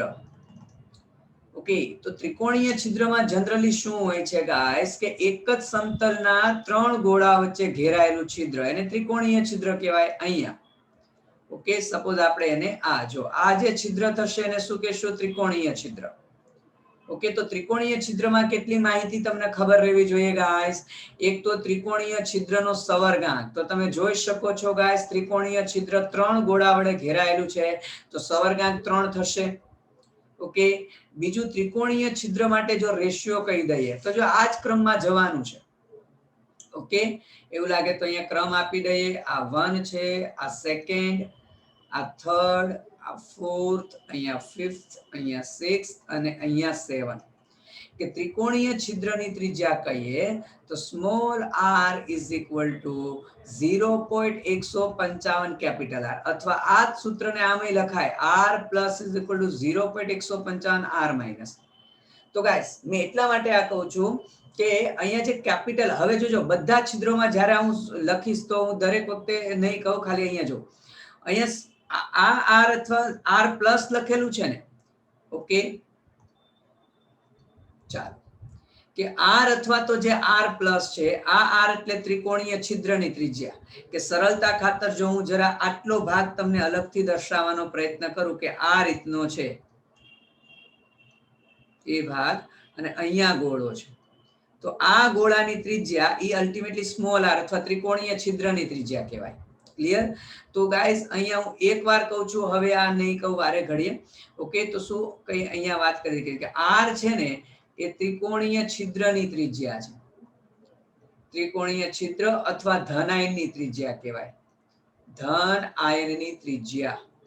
તો r પ્લસ જોજો આ અપોન નથી, r પ્લસ ઓબ્લિક લખેલું છે, એવું કન્ફ્યુઝન ન રહે એટલા માટે આપણે r પ્લસ અથવા આપણે કહી દઈએ r પ્લસ અથવા r શું સૂચવે છે? ત્રિકોણીય છિદ્ર અથવા ધનાયની ત્રિજ્યા.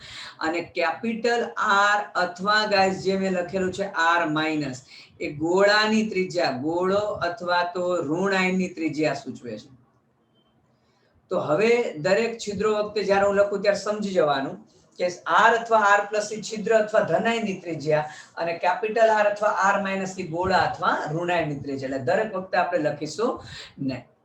તો આ સૂત્રો પણ તમને કામ લાગશે.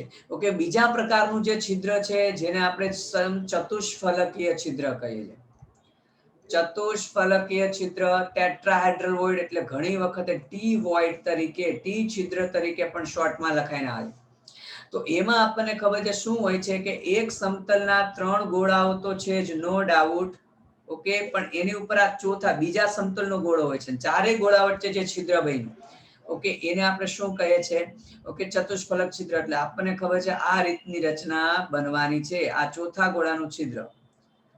તો 2 ડાયમેન્શનલ નથી, 3 ડાયમેન્શનલ છે. ત્રિકોણીય પિરામિડ જેવું, પ્રિઝમ જેવું વિચારી શકો છો તમે, અથવા એમોનિયાના આકાર જેવું, અથવા તમે મારા હાથ સામું જોઈ શકો છો. ત્રિકોણીય પિરામિડ, ઓકે, શેપ હોય છે. તો ચતુષ્ફલક છિદ્રમાં તમે જો આ વચ્ચેનું છિદ્ર એ ચતુષ્ફલક છિદ્ર છે. ઓકે, અહીંયા જે છિદ્ર બનશે એ ચતુષ્ફલક છિદ્ર છે. તમે જોઈ શકો છો 4 ગોળા વડે ઘેરાયેલું છે. એટલે ચતુષ્ફલક છિદ્રમાં સવર્ગાંક કેટલો આવશે ગાઈસ? સવર્ગાંક આવશે 4. એના માટે r ક્રમાનુસાર જ જવાનું છે, 0.225 કેપિટલ R અથવા r plus is equal to 0.225 r minus. તો ફરી મેં કીધું r અને r પ્લસ એ ચતુષ્ફલક છિદ્રની ત્રિજ્યા થાય, કેપિટલ R અને r માઇનસ એ ગોળા અથવા તો ઋણાયનની છિદ્રની ત્રિજ્યા થશે. ક્લિયર? એ રીતે ત્રીજા પ્રકારનું જો ગાઈસ છિદ્ર કહી દઈએ આપણે, તો ત્રીજું છિદ્ર છે અષ્ટફલકીય છિદ્ર. અષ્ટફલકીય છિદ્ર અથવા ઘણીવાર એને ટૂંકમાં O છિદ્ર તરીકે પણ લખેલું આવે છે ગાઈસ. તો અષ્ટફલક છિદ્રમાં તમને ખ્યાલ છે, નીચેના સમતલના આ રીતના 3 ગોળા હોય છે. ઉપરના સમતલના જો દોરવાનો પ્રયત્ન કરીએ તો ઉલટું ત્રિકોણ હોય છે, કદાચ વ્યવસ્થિત દોરાય ન દોરાય આ રીતનું. જો ઓકે, તો ઓલ ઓવર કઈ રીતની રચના હોય છે? તો હવે ગાઈસ વચ્ચેનું જે આ છિદ્ર રહી ગયું ને એ અષ્ટફલક છિદ્ર છે આપણું. ઓકે, તો આ જે વચ્ચેનું છિદ્ર છે તે કયું થઈ ગયું? O છિદ્ર થયું. એ રીતે આગળની સ્લાઇડમાં જો દર્શાવવાનો પ્રયત્ન કરીએ, આ વચ્ચેનું છિદ્ર તે આપણે ટી છિદ્ર, આપણે ત્રિકોણીય છિદ્ર કહીએ છીએ. ત્રિકોણીય છિદ્ર. એવી રીતે અહીંયા આપણે કહી દીધું આ શું છે ભાઈ? ચતુષ્ફલકીય છિદ્ર, ટી છિદ્ર. ક્લિયર? તો ઓલ ઓવર એનો જો ડાયાગ્રામ દર્શાવવાનો પ્રયત્ન કરીએ તો કઈ રીતનો હોય છે? આ રીતે. ટૂંકમાં અષ્ટફલક 8 ફલક રચાશે. જો 3 ડાયમેન્શનમાં જોવા કરશો તો રીતસરનું તમને દેખાશે. ઓકે, આને આપણે આ રીતે જોડી દઈએ છીએ અને આને આપણે આ રીતે જોડી દઈએ. તો તમે જોવો ગાઈસ, 3 ડાયમેન્શનમાં જોવા કરો, આ વચ્ચેનું સમતલ છે, આ ઉપરની એક ત્રિકોણીય બાજુ, આ ઉપરની બીજી ત્રિકોણીય બાજુ, આ ત્રીજી ત્રિકોણીય બાજુ અને ચોથી. તો ઉપર 4, નીચે 4. અને અહીંયા જે વચ્ચે છે એ આ જે આખું છિદ્ર થયું, અંદરનો ભાગ એ O છિદ્ર થયું. તો સીધી વસ્તુ છે, સવર્ગાંક કેટલો થશે ગાઈસ? 6 ગોળા વડે ઘેરાયેલું છે, નીચેના 3 ગોળા, ઉપરના 3. તો સવર્ગાંક કેટલો થશે ગાઈસ? 6 થશે. ક્લિયર? બીજું એના માટે સૂત્ર કહીએ તો r is equal to 0.414 capital R અથવા તો r plus is equal to, okay, ચાલો, અથવા આપણે કહીએ છીએ r plus is equal to 0.414 small r minus. Clear? તો આ પણ કામ લાગશે. જનરલી NaCl ની રચનામાં સોડિયમ અષ્ટફલક છિદ્રમાં હોય છે. સોડિયમ કયા છિદ્રમાં હોય છે? અષ્ટફલક છિદ્રમાં હોય છે. Okay, yes. છિદ્રોના સ્થાન જરા સાથે સાથે કહેતા જઈએ. ખાસ કરીને તમને કામ લાગશે ચતુષ્ફલક છિદ્ર. ગાઈસ, ચતુષ્ફલક છિદ્ર ક્યાં હોય? ખાસ દિમાગમાં ફિટ કરજો. ચતુષ્ફલક છિદ્ર ઘનને અંતઃવિકર્ણ 4 હોય ગાઈસ. ઘન છે, ઘન, એને અંતઃવિકર્ણ કેટલા હોય? 4 હોય. જરા હું તમને એક ડાયાગ્રામમાં સમજાવીને દોરવાને સમજાવવાનો પ્રયત્ન કરું. આપણે જે ડાયાગ્રામ જોયો તો, યસ અહીંયા જો આ એક સાદો આ ઘન છે, તમે સમજી લો. તો કયા અંતઃવિકર્ણ કહેવાય? આ ખૂણાથી આ ખૂણો એક અંતઃવિકર્ણ કહેવાય. આ ખૂણાથી આ ખૂણો બીજો અંતઃવિકર્ણ કહેવાય. આ ખૂણાથી સામેનો ખૂણો ત્રીજો અંતઃવિકર્ણ કહેવાય અને આ ખૂણાથી આ ખૂણો ચોથો અંતઃવિકર્ણ. એટલે ઘનને અંતઃવિકર્ણ કેટલા હોય ગાઈસ? 4 હોય. રિપીટ ન થવા જોઈએ. ટૂંકમાં ચારે ઉપરના ખૂણા છે એને નીચેના વિરુદ્ધ ખૂણા સાથે જોડતા જાવ. 4 અંતઃવિકર્ણ હોય અને પ્રત્યેક અંતઃવિકર્ણમાં 2 ચતુષ્ફલક છિદ્ર હોય. જો હું જરા એવું લાગે તો એક અંત સરળતા ખાતર ગૂંચળું થાય એની કરતા એક કાઢી નાખો. જો ચાલો આ અહીંથી અહીંયા જુઓ. પ્રત્યેક અંતઃવિકર્ણ પર અહીંયા એક ચતુષ્ફલક છિદ્ર હોય, એક અહીંયા હોય. જો આ ધારી પર નથી, અંદરની બાજુ છે. ઓકે, માની લો કે આ આપણે જો હજી ધારી લઈએ, આ ખૂણાથી આ અંતઃવિકર્ણ, તો એક ચતુષ્ફલક છિદ્ર અહીંયા હોય, એક ચતુષ્ફલક છિદ્ર અહીંયા હોય. તો પ્રત્યેક અંતઃવિકર્ણ પર કેટલા ચતુષ્ફલક છિદ્ર હોય ગાઈસ? 2. એવા ઘનને અંતઃવિકર્ણ કેટલા છે? 4. ઓકે, તો અહીંયા આપણે લખી શકીએ ગાઈસ કે પ્રત્યેક અંતઃવિકર્ણ પર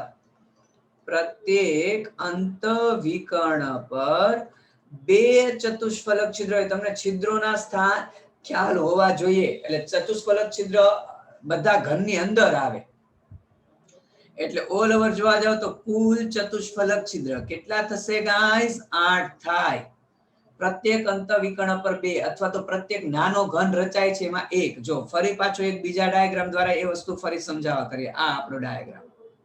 યસ, જો ઓકે ગાઈસ, આ ડાયાગ્રામ જરા તમે જુઓ કે ભાઈ આ આપણી પાસે ઘન છે. ઓકે, અને આ ઘનમાં વચ્ચે આ ઉપરના 4 ઘન છે, નીચેના 4. તો પ્રત્યેક નાના ઘનના મધ્યમાં એક એક ચતુષ્ફલક છિદ્ર હોય. ઓકે, અને ઈ નાના ઘનના ચતુષ્ફલક છિદ્રો જ્યારે સામસામેના ખૂણા જોડો ને તો એ અંતઃવિકર્ણ પર આવે. એટલે પ્રત્યેક નાના ઘનના અંતઃવિકર્ણ કહેવાય, અથવા તો પ્રત્યેક નાના ઘનના અંતઃકેન્દ્ર પર કહેવાય, અથવા તો અંતઃવિકર્ણ પર 2. આ ખ્યાલ રહેવો જોઈએ ગાઈસ. ઓકે, કે પ્રત્યેક અંતઃવિકર્ણ પર, અથવા હું એવું કહી શકું, ચાલો, પ્રત્યેક અંતઃવિકર્ણ પર અથવા પ્રત્યેક નાના ઘનના, એટલે પ્રત્યેક એકમ કોષ કેન્દ્રમાં, પ્રત્યેક નાના ઘનના અંતઃકેન્દ્ર પર એક ચતુષ્ફલક છિદ્ર હોય છે, એક ટી છિદ્ર હોય છે ગાઈસ.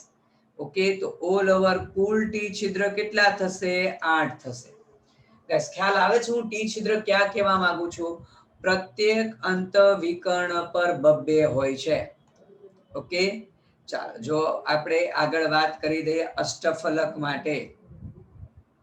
જો હું હજુ એકવાર કે કન્ફ્યુઝન રહેતું હોય તો દૂર કરવાનો પ્રયત્ન કરું.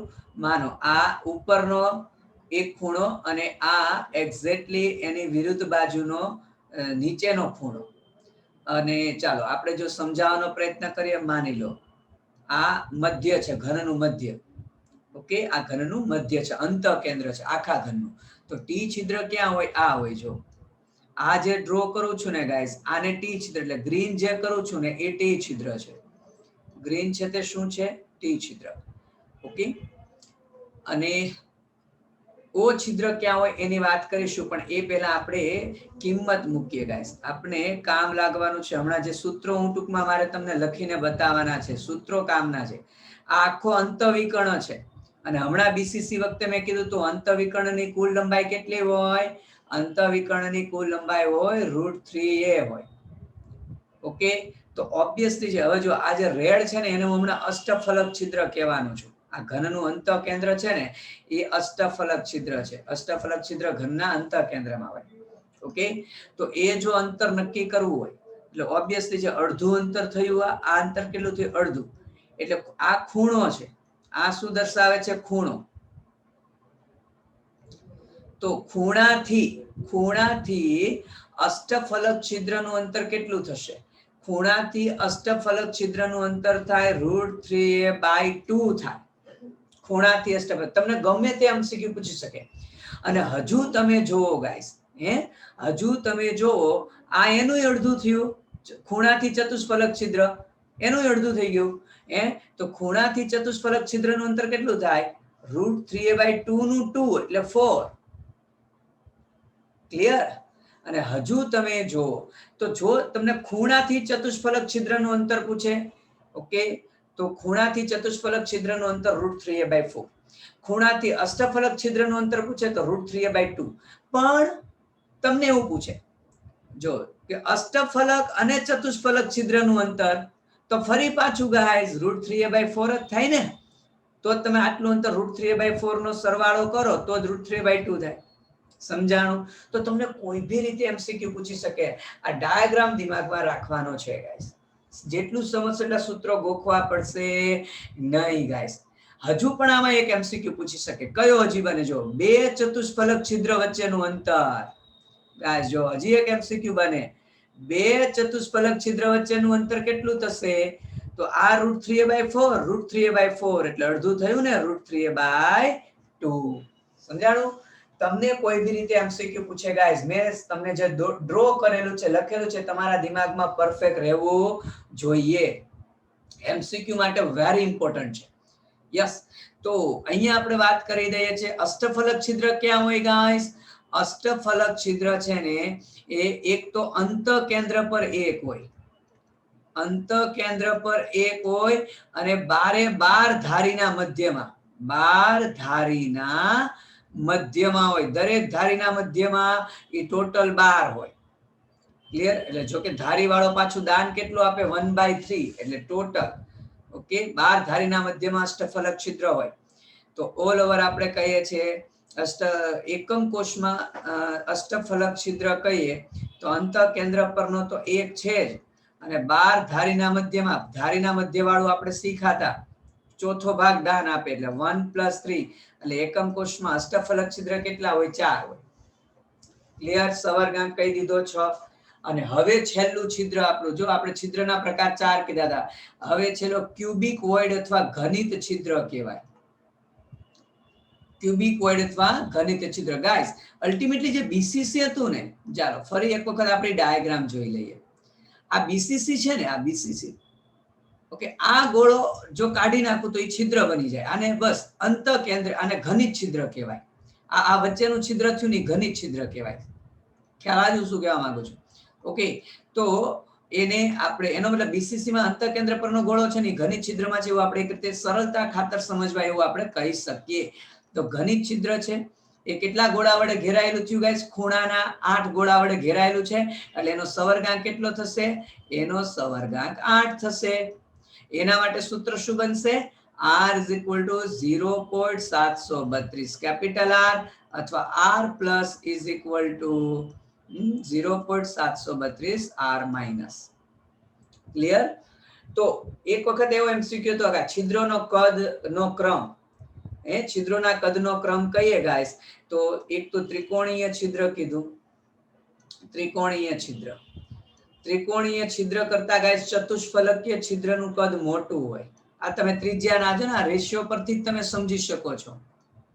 આ રેશિયો પરથી જ તમે સમજી શકો છો ગાઈસ. ઓકે, તો ત્રિકોણીય છિદ્ર કરતા ટી છિદ્ર મોટું હોય, ટી છિદ્ર કરતા ઓ છિદ્ર મોટું હોય, સૌથી મોટું છિદ્ર કયું હોય? ઘનિત છિદ્ર હોય ગાઈસ, સૌથી મોટું. એનો મતલબ આ તરફ જાવ છો એમ છિદ્રોનો અથવા છિદ્રોનું કદ શું થતું જાય છે? વધતું જાય છે. બીજું, આ ડાયાગ્રામમાં એટલે અલગથી હું લખીશ નહીં ગાઈસ. ઓકે, એવું લાગે તો એક બે ખાલી ડેટા લખી દઈએ. જો ગાઈસ કયા ડેટા લખીશું? જો ખૂણા નથી, આમ તમે સમજી જાઓ, કારણ કે આટલું બધું લખવામાં ઘણો સમય જશે. ખૂણાથી ચતુષ્ફલક છિદ્રનું અંતર પૂછે તો √3a/4 એટલે એવું લાગે તો આ ડાયાગ્રામનું આ રીતે લખી શકું કે ખૂણાથી છિદ્રોનું અંતર, ઓકે, અને છિદ્રોનું એકબીજાથી અંતર, છિદ્રોનું એકબીજાથી અંતર એટલે કે ચતુષ્ફલક, બે ચતુષ્ફલક છિદ્ર વચ્ચેનું અંતર, અષ્ટફલકીય ચતુષ્ફલક છિદ્રનું અંતર, ખૂણાથી ચતુષ્ફલક છિદ્રનું અંતર, ખૂણાથી અષ્ટફલક છિદ્રનું અંતર. કોઈ બી રીતે એમસીક્યુ પૂછે આ સૂત્રો યુઝ કરી દેવાના કે બે ચતુષ્ફલક છિદ્ર વચ્ચેનું અંતર √3a/2, તો તમને ધારીની લંબાઈ આપી, ખાલી ધારીની √3a માં a ની કિંમત મૂકી દો, સાદું રૂપ આપી દો, એ તમારો જવાબ. ક્લિયર? તો ગાઈસ આજનો લેક્ચર અહીંયા રાખીએ છીએ. આવતીકાલે આપણે જે ક્લોઝ પેક ગોઠવણી બાકી રાખેલી છે તે અને છિદ્રો વિશે વાત કરીશું. તો ઘણા